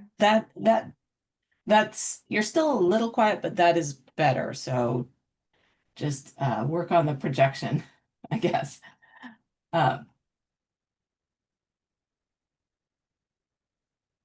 So I think we're looking for your feedback on what other things you would like to see to help inform these discussions. And then, as Courtney was saying, are there any drugs that, and please correct me, Courtney, if I'm misinterpreting, that you think we should drop from the affordability reviews because a review of the information has led you to decide that they're not a concern and we don't need to spend more time on that drug. Was that the summary of what you're trying to say, Courtney? Yes, I mean, the board has been looking, you all have had these material packets in some capacity since July. And I know that you work outside of the board, but it's also board responsibility to continue to be informed of the information as they've been updated. I know that there's been quite a few changes within the material packets with some of the data information. They're all now solidified. I, as a staff member, can't lead the board in swaying how the view should be because it needs to be a board discussion and the board should come together to kind of come up with concepts. Dr. Hartung, I heard you say, determine affordability. Again, we've had that conversation. It's very, very hard to determine a concept of affordability. That's why we are looking more at a cost impact on these drugs, not necessarily the impact of affordability. Even though our statutory language states affordability, we have never been able, or any PDAB has not been able to define affordability. So we've changed the language to kind of lean more into what is the cost? And since we have those solid numbers, and the rubric was developed to help support conversations or help the board members to start looking at these material packets outside of board meeting time to really start getting familiar with the information on how the decisions need to be made. Again, we can go back and try to pull all the standard information into one packet. I do kind of think that's going to be a little challenge to do in a very small amount of time if we're supposed to have the conversation more solidified by next month for a decision to be made by January. I think there's possibilities of using rubric scoring. If we can take what is here, we can take all these potential scoring metrics and kind of incorporate them into a spreadsheet and kind of apply where those impacts are most impactful, and then possibly show where the impacts are for patient out-of-pocket costs or the more severe. I think the rubric would provide the best narrative than to go back and add additional just incorporation of multiple documents into one.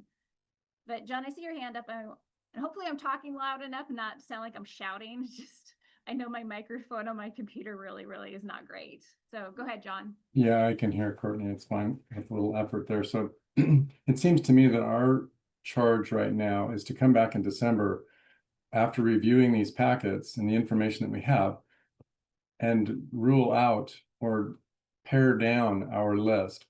Our charge after January 1 will be up to 9 drugs and 1 insulin. We could do 1. We could choose 2. Colorado made a UPL adjustment on 1 drug. And so it seems to me that I need to go back using the rubric, should I choose to, weighted numbers as I choose, or the things that are important to me as I see patients walk up to the counter, what's important to me as far as affordability. And I know we have guidelines, patient out of pocket and system dollar impact that we need to be considerate of. But it seems to me we have homework to do. Now, whether the information can be presented in a slightly different way to aid us in doing that, I'm of course open to that. But it seems to me that come December, we need to be having some hard discussions on affordability in our interpretation and move forward at that time.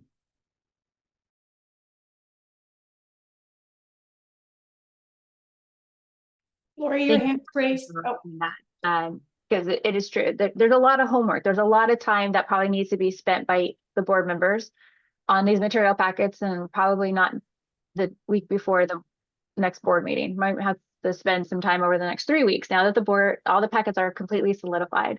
There's no changing, there's no rolling. It's all the information's in there. Please take the time to look through each material packet. And if you're seeing one that needs to have a discussion that may not be affordable and worthy of the affordability concept or vote, we can bring that back for next month. But I'm going to give Lori the opportunity to, since I see your hand up. So I guess my thought was that after we had everything figured out, this meeting to go back, like you say, and do the work of using the rubric for me to get a sense of my idea of the drug list. And then next month, looking at what medicines we would want to remove and having the conversation amongst ourselves to, with the hope that we reduce the number so that when the voting happens, it won't be just arbitrary. It'll be more led by our discussion based on our own scoring with the rubric and our own way of organizing the information.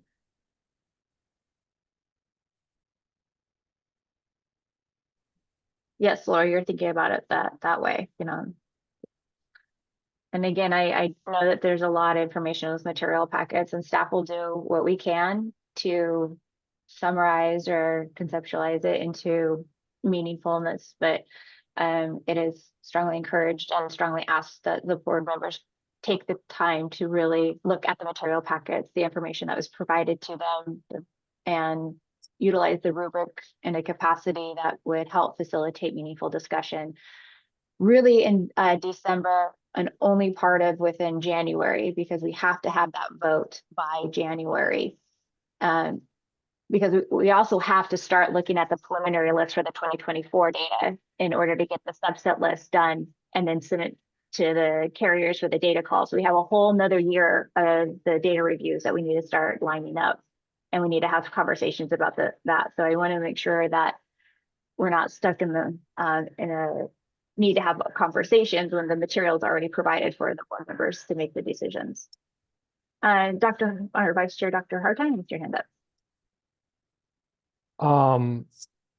Maybe one so sounds like we need to have a votable list kind of consolidated by January. And so December is really the point that we need to kind of be aligned in what that might look like. I'm wondering if, rather than like thinking just, because I'm not prepared to talk about any specific drug right now in this remaining time. But I'm wondering if we just like if we independently work for December, to each board member can go through the drugs and kind of, and then have the opportunity to kind of like nominate or present drugs that they feel have affordability impacts, and then make a case, or not a formal presentation, but like describe their rationale for why they think that, rather than have this kind of exclusionary process. Because we could have no drugs be affordability challenges if if we're not confident. But I feel like, I can go through and kind of think carefully about the drug packets and probably, make a case for a few of them.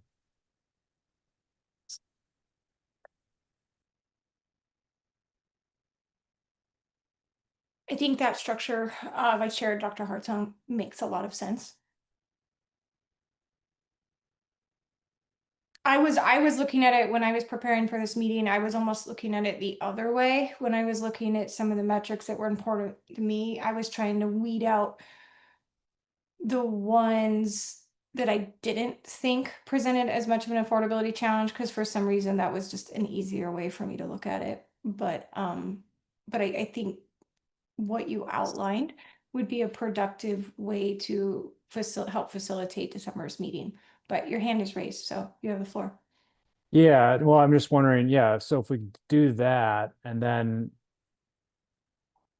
whatever, we could have this dialogue, this discussion of why, if board member A thinks this drug is unaffordable, but then in discussion, they're like, oh, that's a good point, I didn't consider, I withdraw that. And then maybe by the end of that meeting, we'll have like a list of potential drugs that meet this kind of quasi criteria to unaffordability that we can then formally vote on for January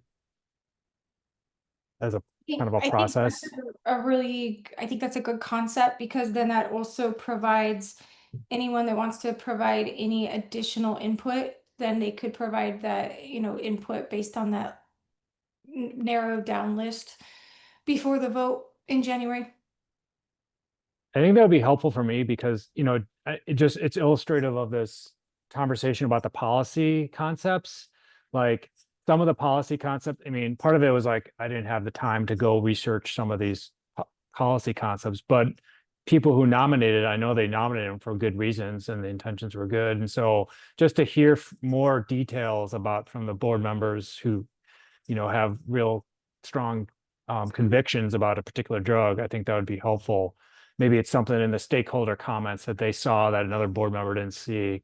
I think that would be real valuable to have that. I mean, it require us to kind of, again, be pretty active between now and then, but.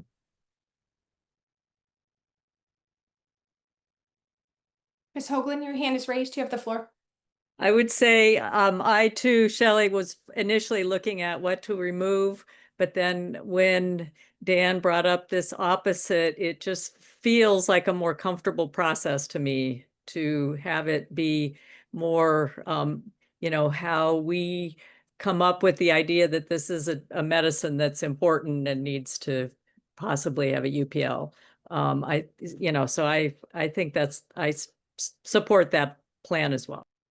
Well, and thank you. So that makes a lot of sense. For clarity purposes, the recommendation related to UPL did not advance through our legislative concept discussion. So it wouldn't be a discussion about UPL, but it would be a discussion related to if a drug may present an affordability challenge. So I just thought I would make sure to clarify that. Yeah, thank you, Chair Riley. Just for clarification, this board does not have the authority to set UPLs. We only look at the drugs from a cost impact and if it may create an affordability challenge to the healthcare system or a patient out-of-pocket cost.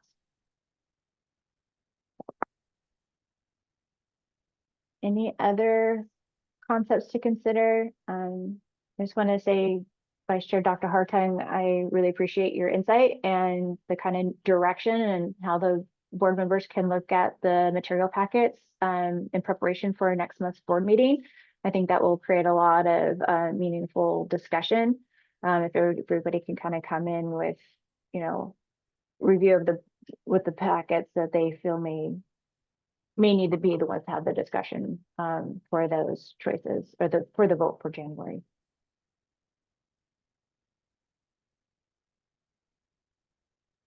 Is there any particular packet or information that the board is interested in kind of reviewing now or having maybe just some initial conversations about?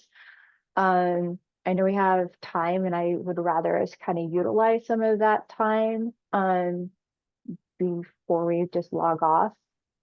I did also want to point out that the insulin glargine packet is one packet, and it is the intention for the board to select at least one insulin product. There could be multiple that could be identified. So I'm not sure if it'd be meaningful to look over the insulin packet again to see if there's anything in there, because there are 7 or 8 insulin products that the board will have to look at, and there's no rubric. We didn't create a rubric dynamic for the insulin, and that may end up being a more heavy conversation for board members, even though the requirement is only to select up to one. Again, ensuring that there's going to be enough time left for that meaningful conversation. So I'm happy to pull that packet up if I can find it, if the board wanted to maybe spend a moment or two talking about that.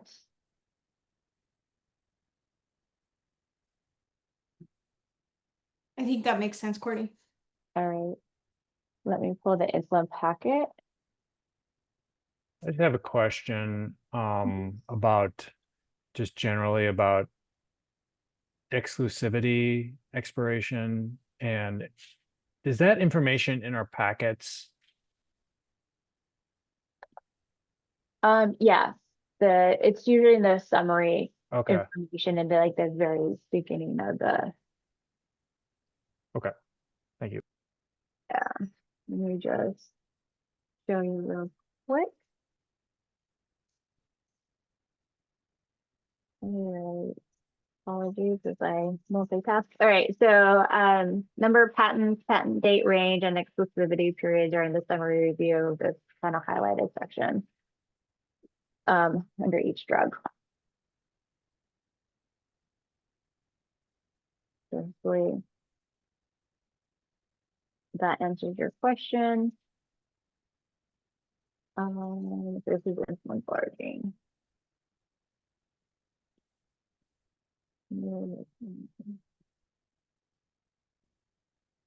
So again, insulin's kind of a different packet, and it doesn't have the exclusivity or patent information because we're covering so many drugs. And again, just kind of as you look through the material packets over the next few weeks and kind of understanding how you would want to determine at least one insulin product. I think that might help facilitate some discussion for today, like what are ways to look at how an insulin glargine product may be creating affordability challenges to the healthcare system or patient out-of-pocket costs. And as a reminder, each insulin product is based off of one NDC, the NDC that was reported, or the primary NDC that was reported in APAC. So Heather, you may have to correct me if that's not correct, but that insulin is based off of one NDC. Yes, all of the APAC is at the NDC level. And again, just utilizing summary pages, cost to the payer, cost to enrollee. We've incorporated the out-of-pocket cost for the enrollee, the median, the claim, and the claim median.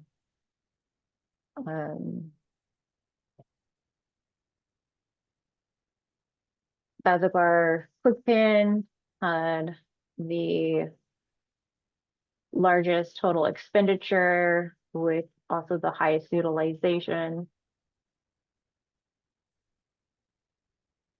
But I'm not sure if the board members have any strategic way to kind of look at an impact.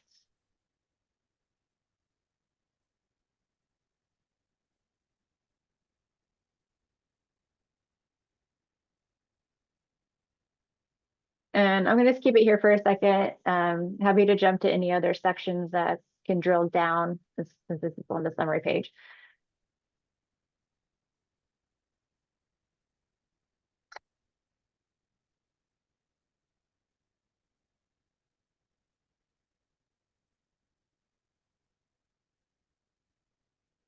And the board members want me to move to a different part of the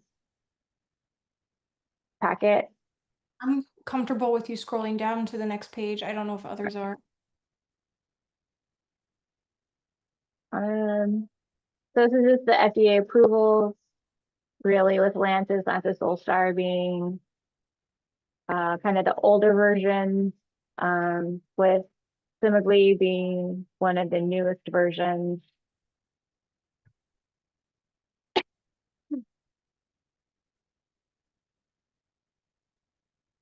Again, number of Oregonians prescribed. Lantus Solstar showing the highest utilization with QuickPen, or prescriptions versus the QuickPen, which was the second of prescriptions filled.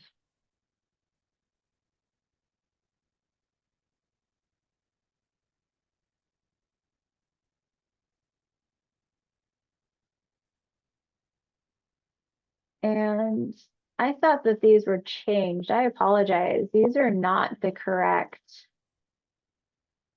Hey, can you confirm that these are the correct ones? I thought we had a discussion last month that these were the this Yeah, new dating. they should be corrected. Give me 1 second.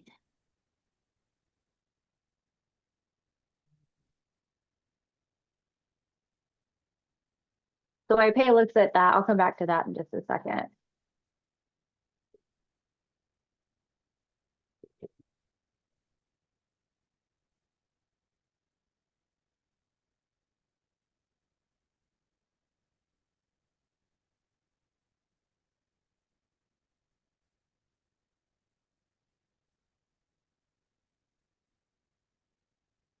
And apologies, I have to go back. My earbuds have died again, so I will try to speak loud into my computer.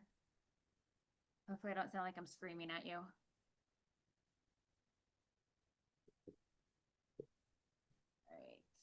All right. Oh, did we lose pay?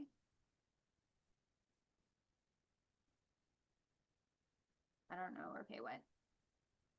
Probably should be recommend. Sorry, did you say my name? You're kind of faint. Yeah, I was wondering if you had the updates. Not yet. I'll let you know when I do. All right, so looking at net cost, this was information pulled.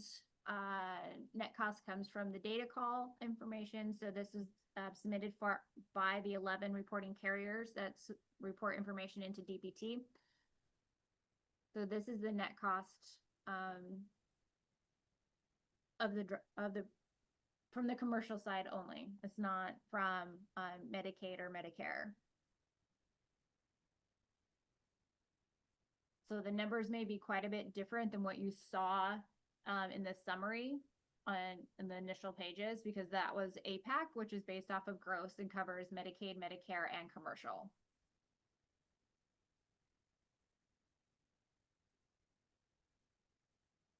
Yeah, Michelle. Courtney, is the information publicly available on who submits data to the DPT? No, it's we can't. It's a protection thing, so we can't disclose which carrier provides what information. That's why it's all aggregated, which again kind of creates that challenge with how certain plans are, the coverage of certain drugs and plans and stuff like that. I'm not asking about the individual level, but just like de-identified who reports to. Yeah, I mean that can be disclosed to each of the report, because you're looking at Providence, Cigna, Blue Cross Blue Shields. Yeah, I just wonder for because this is a narrow subset of payers in the state, I wonder if we need to interpret the price concessions conservatively, because that may be based on the market share of very large health plans that smaller health plans in the state may not have access to.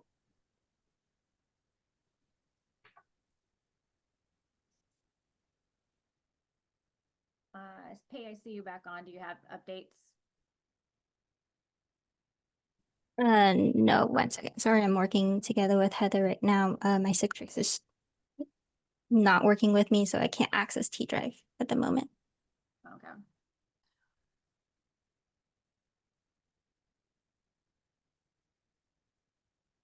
Michelle, I'm thinking about what you just said.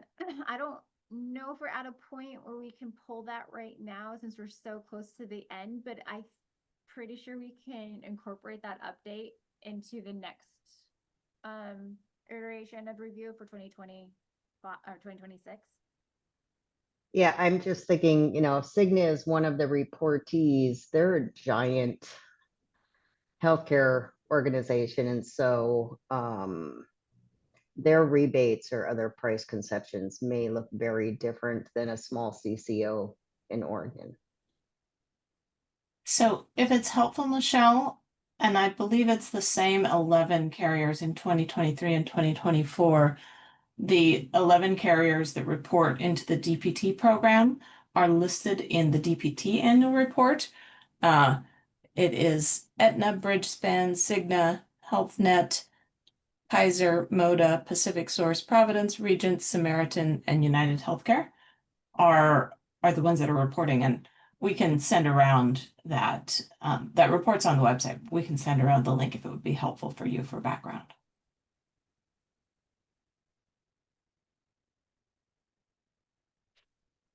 Sarah, thank you for sharing the list of those carriers with the board.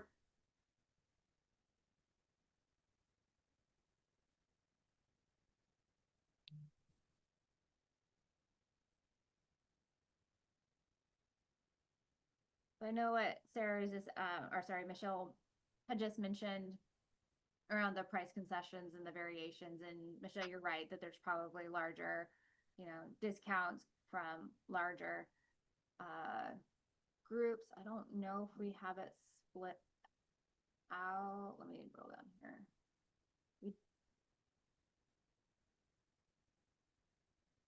And I think we just have it from APAC where it's commercial, Medicaid, and Medicare, not small and medium. Or maybe we do. Yeah, here we go.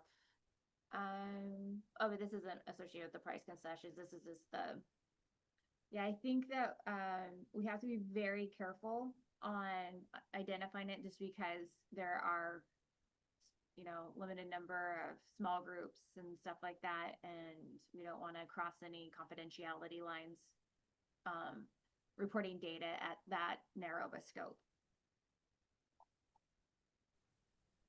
Yeah, that makes sense. I think that I just wanted to note we might have to interpret that information cautiously. Yeah, and again, anything that's a high level aggregate like this, it's just a data set to look at. There, you can see where there are impacts, but everything kind of with a grain of salt interpretation.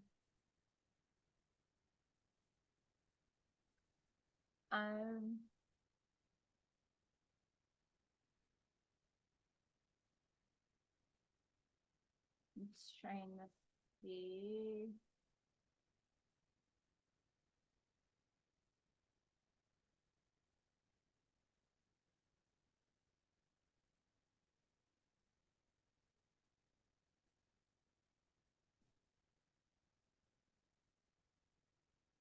I'm not sure. I mean, again, this is where it'd be really meaningful for board members to kind of go through to help kind of facilitate like conversation points on some of these items for the insulin. I think when you look at the prescription drug information, it's probably a little bit easier to have conversations, especially since you have a rubric to kind of like ask questions against. I still think that insulin's going to be the more challenging one to determine if we don't have some guidance with how the board should kind of look at it, even though there's only like 7 or so. So I just wanted to flag that if, as you're doing the kind of independent review before next month, come with any questions to ask other board members. You're also welcome to send those questions to staff to see if we can help facilitate any extra data to support anything. I don't know how much we'd be able to do at the last minute, but I would just provide, the support to really look at insulin to help facilitate a meaningful conversation. Vice Chair, Dr. Hartong, I see your hand up. I mean, I almost think the insulin is among the easier ones to parse because you've provided us here with, the branded biosimilar glargine products and every flavor of utilization for all its, they're literally the therapeutic, not some may be interchangeable, some are not, but very close proximities of each other and their spending and costs on it. So I think this is one that makes it a little easier to flag and identify ones where, affordability may be at play, where we can actually see the contrast with the other agents more directly. So, I think it's just a matter of kind of synthesizing these internally and kind of coming with that conclusion. And again, I know that, so starting at the beginning of 2025, there was the $35 cap. So this data will still show a possible patient out-of-pocket cost. So when you look at it, please make sure you're looking at it from both the lens of impact to the healthcare system and patient out-of-pocket cost, even though the market has changed significantly, also due to our new statute that caps insulin at 35 for a 30-day supply. Again, it just kind of creates that benchmark. And then once we look at 24, then rolling into 2025 data, we'll be able to absolutely see through that trending where the impacts have reduced.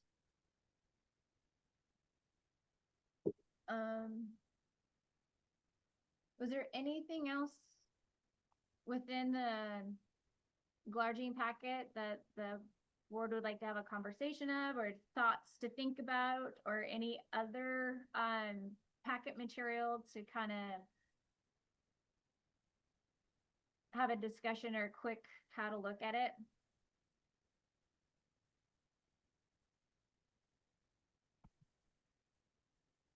No, I'm sorry. So I just got a message. Heather, do you have the updated packet material?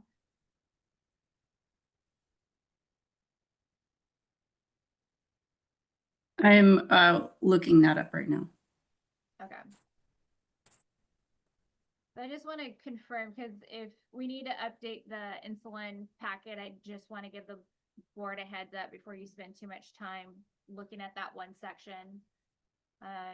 Just if it's not accurate, my sincere apologies. I thought these are all solidified into correct data sets.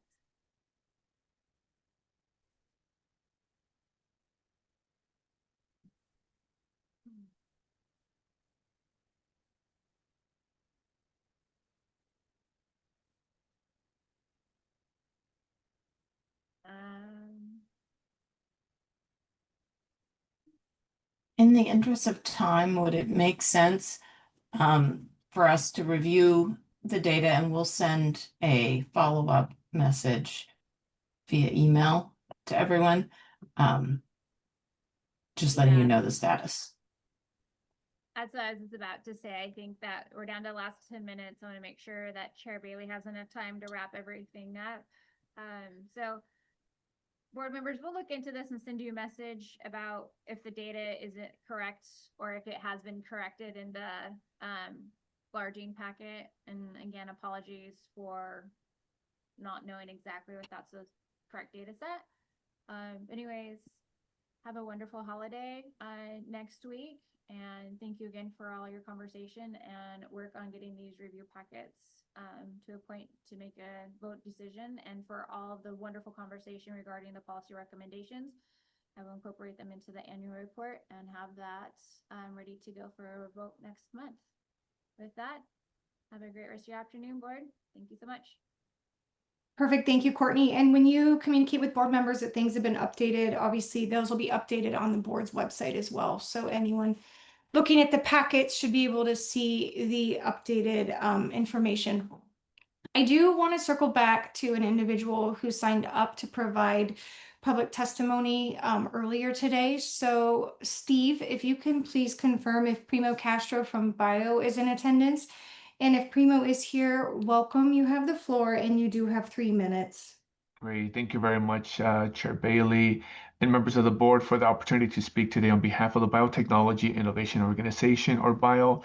BIO has consistently raised concerns about the premise behind establishing a drug review process. We believe this approach is fundamentally flawed and risks creating unintended consequences for patients and the broader ecosystem. Additionally, we are concerned about the data integrity in the draft report. The section, uninsured top 25 list duplicates existing reporting by the DPT and relies on incomplete and inconsistent data. The discrepancies between the report tables and other sources raise serious concerns or questions about accuracy and analytical rigor. Misleading or overstated data could result in flawed conclusions about prescription drug cost trends, which would be detrimental to legislative decision making. Finally, we urge the board to use its extension until March 2026 to ensure that any report to the legislature is accurate, transparent, and based on validated data. At a minimum, the board should clearly explain why the data in the draft report does not align with other sources used in drug selection and review. Thank you very much, Chair. Primo, thank you for being here today. So I would like to announce that the next Oregon PDAB board meeting is on Wednesday, December 17th at 8 a.m. Pacific. So with there being no further business before the board, all in favor of adjourning the board meeting, please say aye. Aye. And any opposed, please say no. All right. See everyone on December 17th at 8 a.m. Thank you.